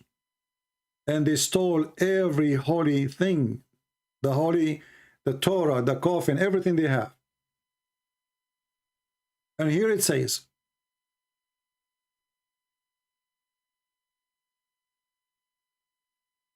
and because of those attacks, they have nobody left descendant from the Prophet, except the tribe of Lawi. Except one woman, just one woman. This is what the enemy did. Killed everybody. She was a pregnant, and her husband, he was killed by those people. They took her and they jailed her, which means the Jew is not the enemy. Which means they took her to save her from losing the baby, or the enemy to kill her. And they said, maybe God will send a messenger from her, through her, because she is the only one left. And Allah, according to here the story, Allah, he listened. And she called him Shemuel. How the Muslim, they come with the name, don't ask me. They have their own names.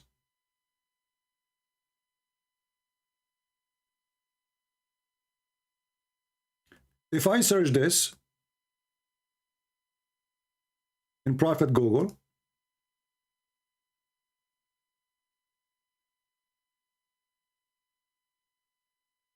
This is Ibn Kathir, which is not in English. Ibn Kathir, volume number 1, page number 308. Why all of this is not in English? Look how long the interpretation for one verse, in many pages. We cannot find any of those things in the English translation.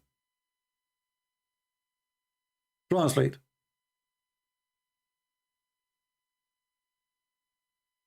Read it. I'm going to send you the link too. But here you notice how filthy, disgusting, the dignity of those who claim to be translating the book of Ibn Kathir. They delete everything. Let me post the link for you. And you can do the same. You can use Google Translation in case you don't speak Arabic. Here we go. We are the one who make Muhammad and throw Muhammad under the bus. They throw literally Muhammad under the bus. Who want the link of Ibn Kathir in Arabic? Don't ask me later to give it to you. I just posted.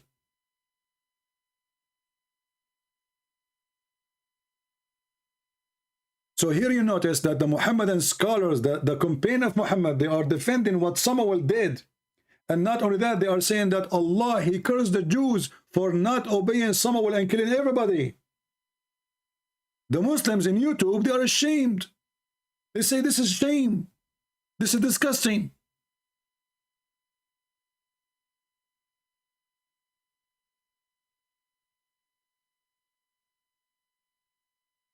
Do you see the hypocrisy? And why Ibn Kathir in English is not even 1% of Ibn Kathir in Arabic? What happened? How it becomes so short? Look how long here it is. Interpretation of Ibn Kathir, part number 1, page number 308. Look how long it is.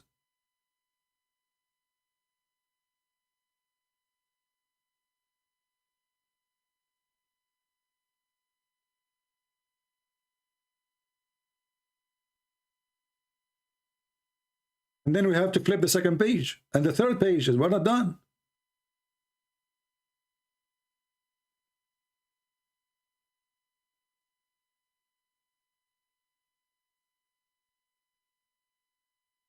And Allah supposedly is angry from them because they did not carry out the attack as He ordered them.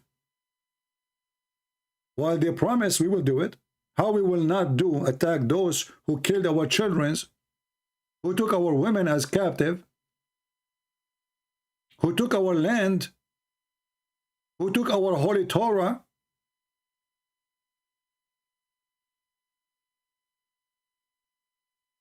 So they are scholars and their sheikhs and the companion of Muhammad and Muhammad himself. They like what Samuel did. But Muslims in YouTube, they don't. And I will tell you why. Because those idiots do not know that this is in their book. They didn't know. They got surprised when you showed them this. They have no idea what the Quran is saying. Did Shia believe in Ibn Kathir? No. Shia, this is Shia library. It does not make it Shia book. This is a library, my friend. There's a lot of books. There's books of the Shia, books of the Sunni, books, everything. I mean, it says Shia online library. Does it have to be only Shia books? No.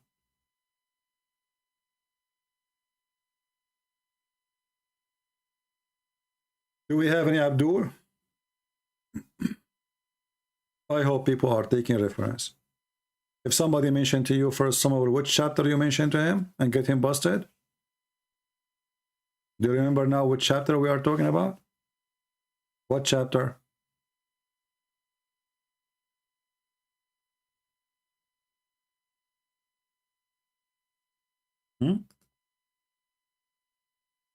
Let us see how many of you remember.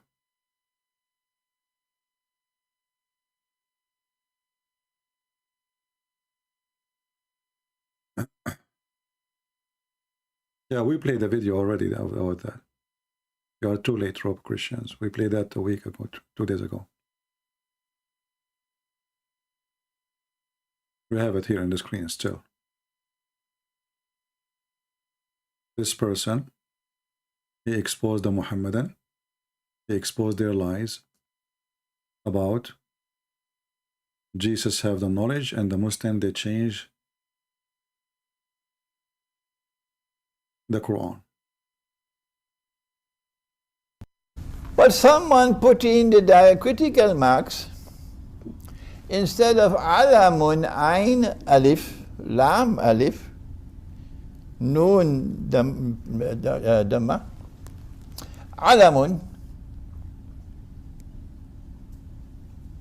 put ilmun instead of alamun ain kasra page. So they say that the Quran is preserved, but there's a huge difference between knowing the hour, he know the hour, and knowing the hour. There's a huge difference. So they deleted a letter. This is what the Sheikh is saying. But someone put in the diacritical marks instead of alamun ain alif lam alif nun dhamma alamun put ilmun instead of alamun ain kasra page. So they make it وَإِنَّهُ لَعِلْمٌ لِلسَّاعَةِ. So someone did some, dal mein kuch kala hai. Someone did that with these diacritical marks. Someone. And this is wrong. I'm saying that human beings, when they put in the diacritical marks, made a mistake here. Maybe it was done deliberately, maybe it was done accidentally. But someone put in the diacritical marks instead of alamun ain alif lam alif nun dhamma alamun put ilmun. Any Muslim have an answer? Again, just to remind you, YouTube sometimes don't send, actually most of the time don't send notification. So don't forget to subscribe to our Patreon if you care to subscribe. And you do not have to donate, but for sure if you support, that's even better. But most of you don't care, and we understand. But in case you want to have to receive notification when we go live, Patreon is the best way to receive it. Do we have any Muhammadan? Who is the second victim? Who is going to be the second victim? We Christians, we don't, and we are not ashamed of our book. It's you Muslims who throw your God, your prophet under the bus, and specifically under the bus of a Christian prince. Every single one of you, when he called me, the first thing he say, oh, I don't accept this hadith. You are throwing your prophet under the bus. All of you. You will not find a single Christian saying, I don't accept what Paul said, what Peter said, what John said, what Jesus said. You will not. You are ashamed of your prophet.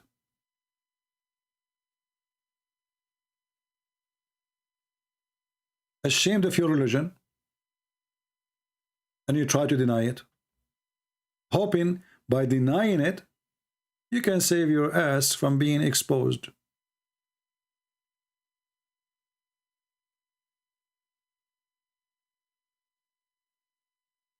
Any Muhammadan have any comment?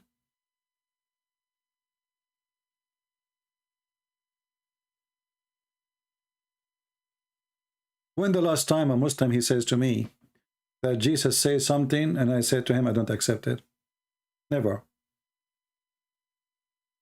And how many million times we say to Muslims, Muhammad, he said something, and they don't accept it.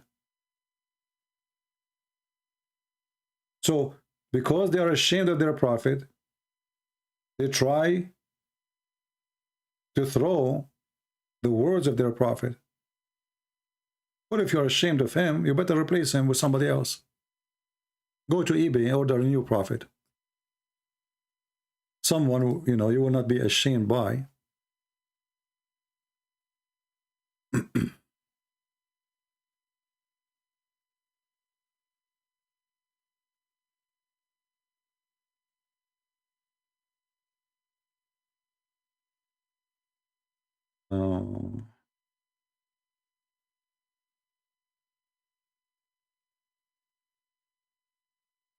I have uploading your videos, okay.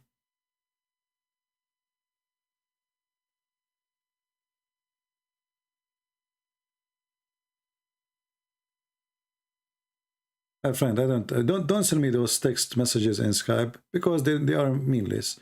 I do not need to support channels.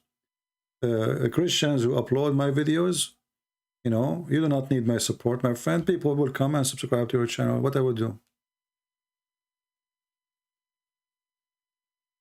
Give me something serious. Do we have any Mohammedan?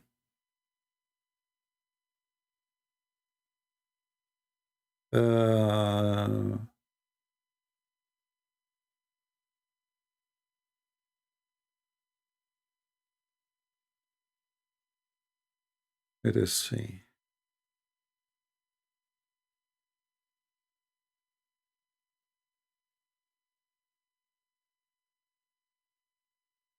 Okay, how to share somebody?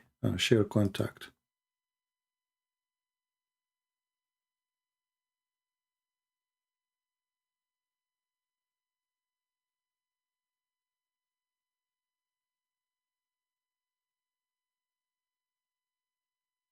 All right. Any Mohammedan?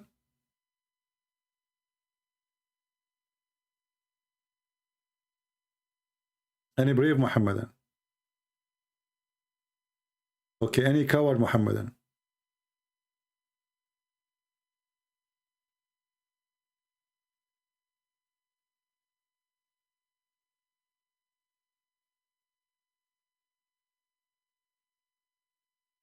No coward Mohammedan, no brave Mohammedan. The only one who called us today is just a bunch of kids.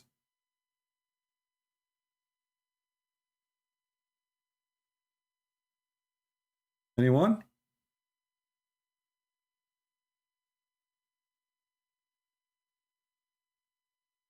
Why you don't talk about mass murder God was in the Old Testament?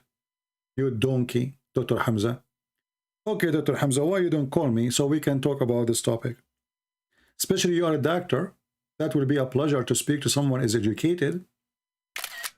People, do you think that this person who called himself Dr. Hamza, do you think really he is a doctor or he is a donkey? He don't mean to say doctor. He want to say donkey running. Prove me wrong. Call me and let us talk about the God, the mass murderer. Do you dare? Let's talk about it. You're saying to me, why you don't talk about it? Let's talk about it. Do you dare?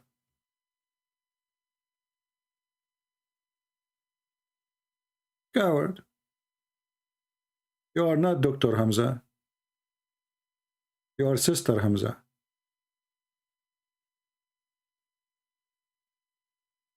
Prove me wrong.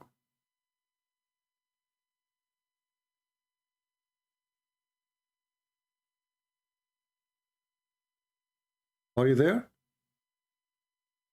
So, should we call you Dr. Hamza or Sister Hamza? If you are a man, call me. If you are a female, don't call me. I don't want to talk to you.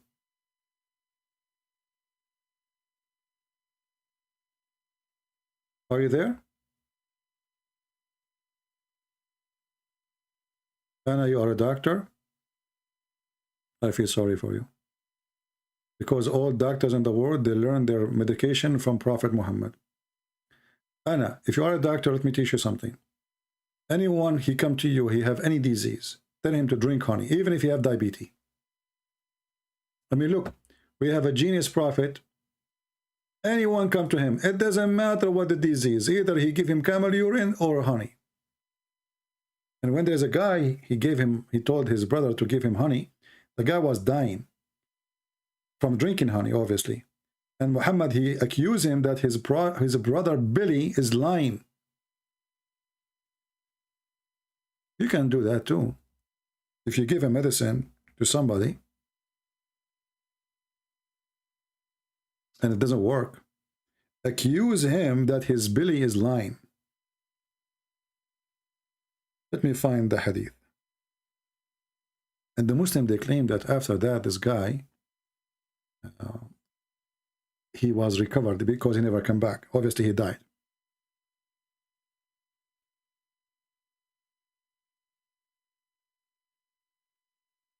He said to him, Allah, he said the truth, and your brother Billy is lying. Can you believe it? Dr. Muhammad. If we showed them this hadith, the Muslim, they will throw Muhammad under the bus.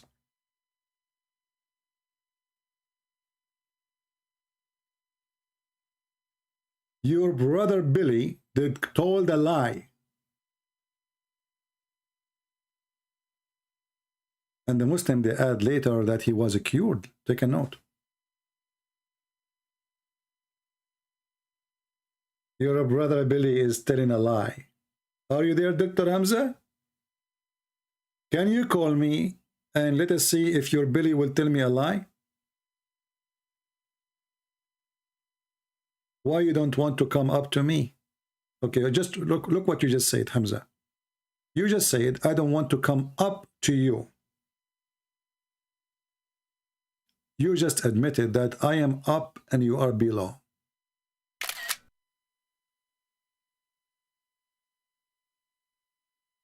That is your words. And the one is a hypocrite is the one who follow a book. It says, speak to them in a friendly way while you don't believe in that. It's you. That is you. And you are right. I don't want to come up to you. You cannot even come up to me. I mean, you are very down. You are in the world where you believe that there's a God. You go to sleep, you pray to Allah, dreaming about how your penis will become so big and the vagina, how big they are, waiting for you. You are down, my friend. You are down in hell. You are following the Satan and the ground paradise. That's why Jesus says, I am from above, you are from below. You are speaking to people like you. You are from below, you stop below. And your religion is below the West. All of Islam is from the waist and down. From the waist and down, like the belly, the stomach, the testicles.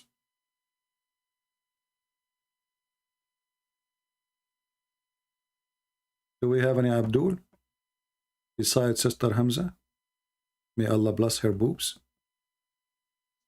I mean, let us talk about the mass murder in the Old Testament. Well, isn't it you Muslims accept every story in the Old Testament, you coward? Isn't it you Muslims, you teach the story of Sodom and Gomorrah, mass murderer? Isn't it you Muslim who believe in the story of Noah, mass murderer? Isn't it you who believe in the story of Muhammad killing all his enemies? Do any cleansing for the Jews and the Christians from the Arabian Peninsula? Coward, hypocrite. I bet you this is the same guy. You know, he changed his name. Anyway. Leave Sister Hamza alone.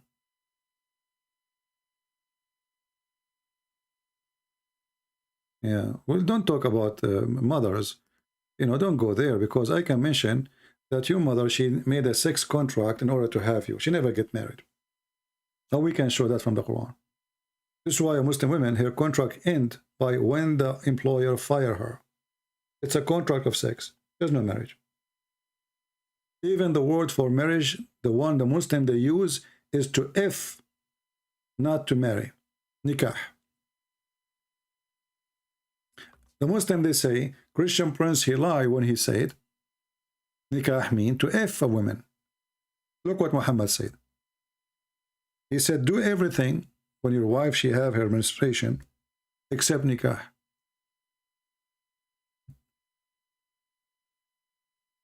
So if nikah mean marriage, why Muhammad saying to his wife, to his men, do everything to your wife except nikah?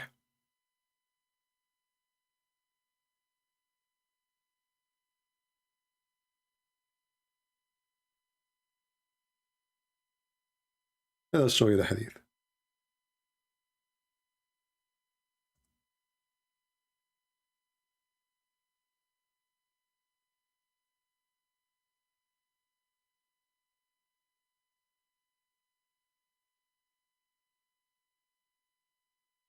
See how easy to get you busted? Your religion is a religion of the effing. What kind of religion make marriage as a nikah, which mean the F word?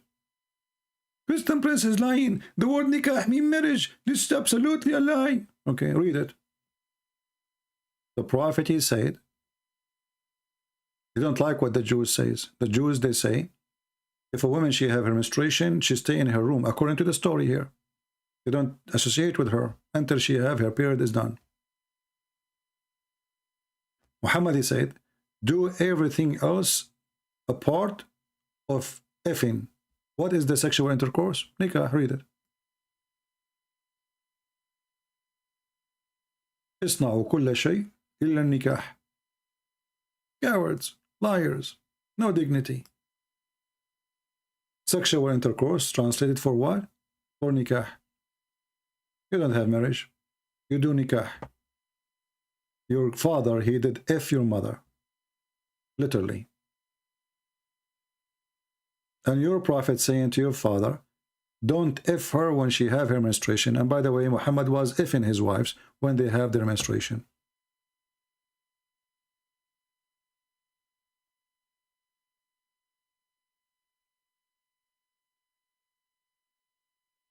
And there's a hadith, one of you posting it in Arabic. Man yankah yado. There's a hadith says, cursed is the one who do nikah to his hand. Mal'unun nakihu yado. Have you ever somebody marrying his hand? If the word nikah mean marriage?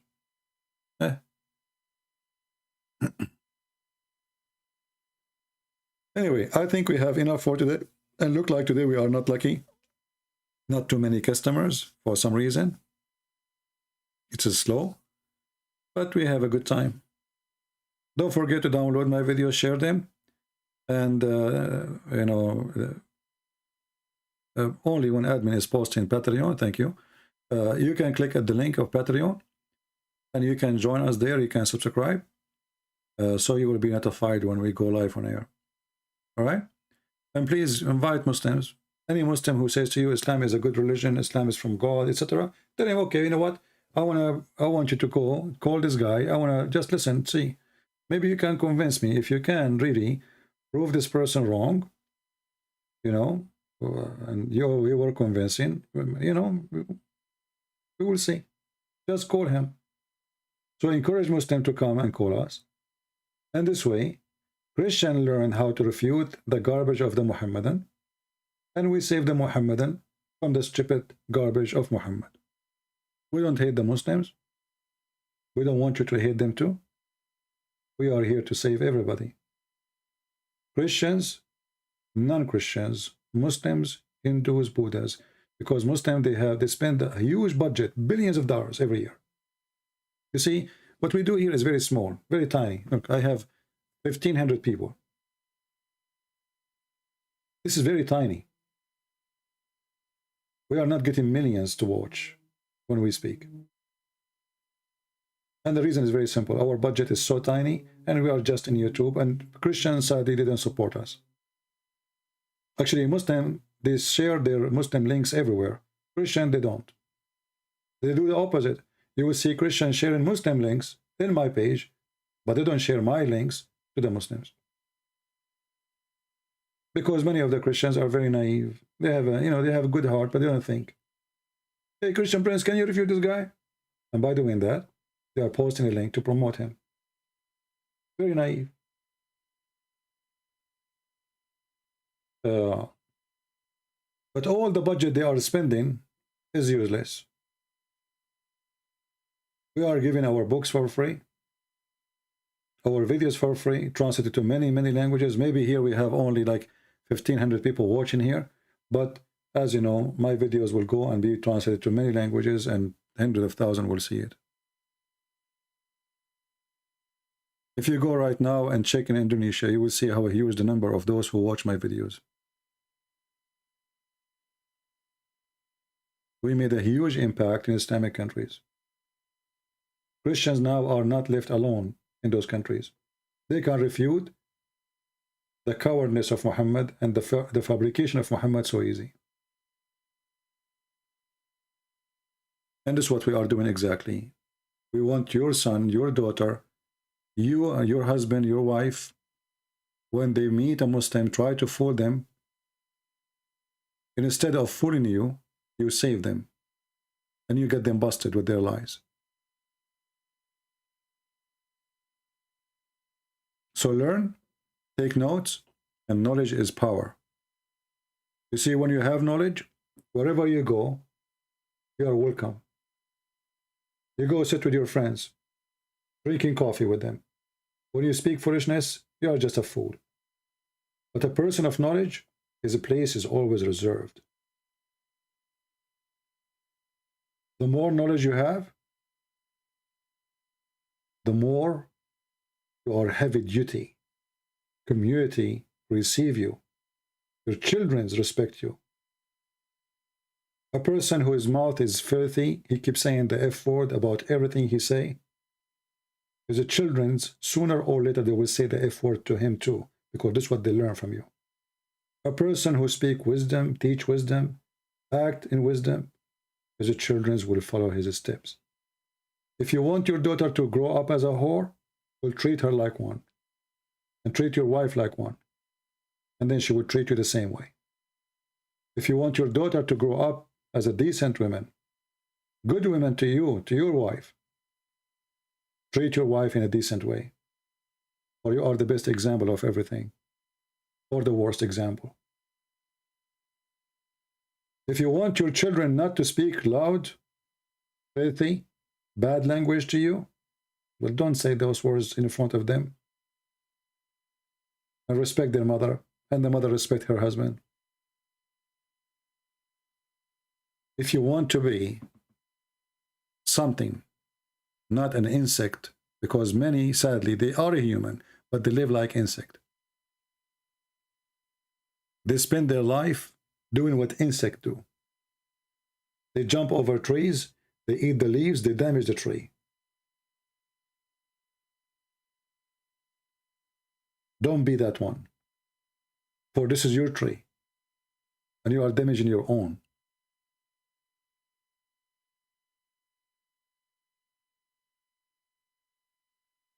I advise you all to read at least once a week the Holy Bible. Read and see and learn and try to live and try to find rest and peace and wisdom you are looking for. The problem that we are disconnected with our Lord, our Savior. People, they became Christians by name, the same as the Mohammedan. They are Mohammedan by name anyway. Even their prophet was a false Mohammedan, and he was a Mohammedan by name. He never even followed the rules he made. The problem we are, people of TV stations, movies, we are learning from them how to be criminals. We are learning that the good guys, they go to a casino, they rob everybody, and they go out, and they have a bunch of blonde diggers with them in the car, and this is the ethic we give to our children. That a thief is the happy. The decent man, he work in a gas station. The thief is the one who drive nice car. The decent man, he stay poor, he die poor.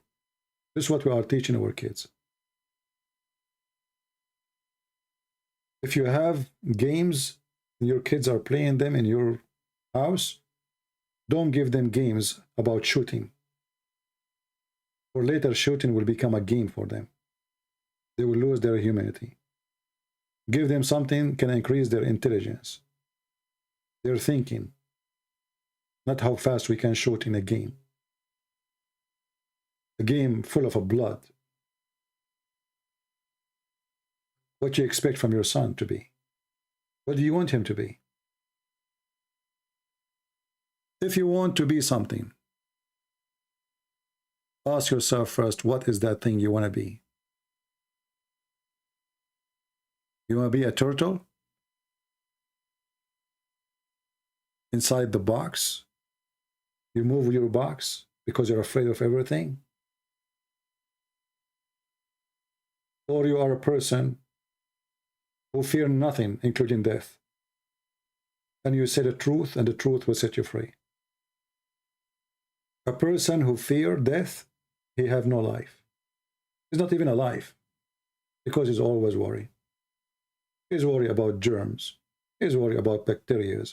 He's worried about disease. He's worried about somebody shaking hands with him. He is worried. A believer, he live his life in full. You live your life in full not by going to party and casinos and nightclub. Actually, this is here where you die in full, not live in full. Because there is the disease, the drugs, the drug dealers, the gang, the shooters. You are going to death. You are in the wrong place, with the wrong people, in the wrong time.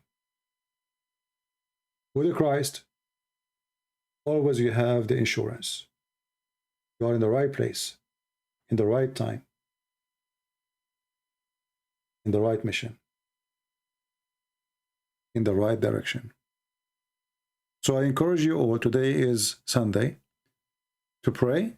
Take your time, open a chapter, read something in the Bible, and see where the Lord will take you.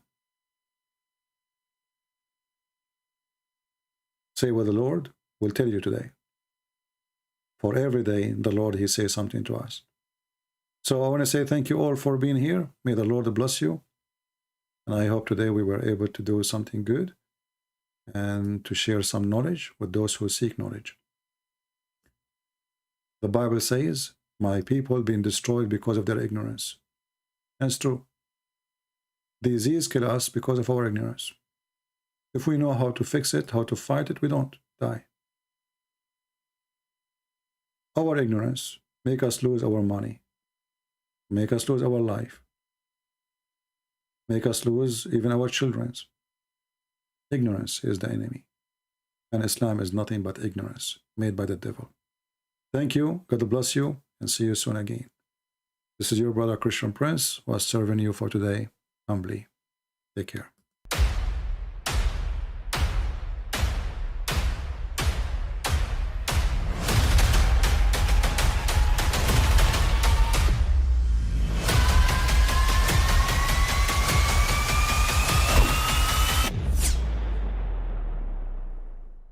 But I mean, again, he doesn't know who Gabriel is, right?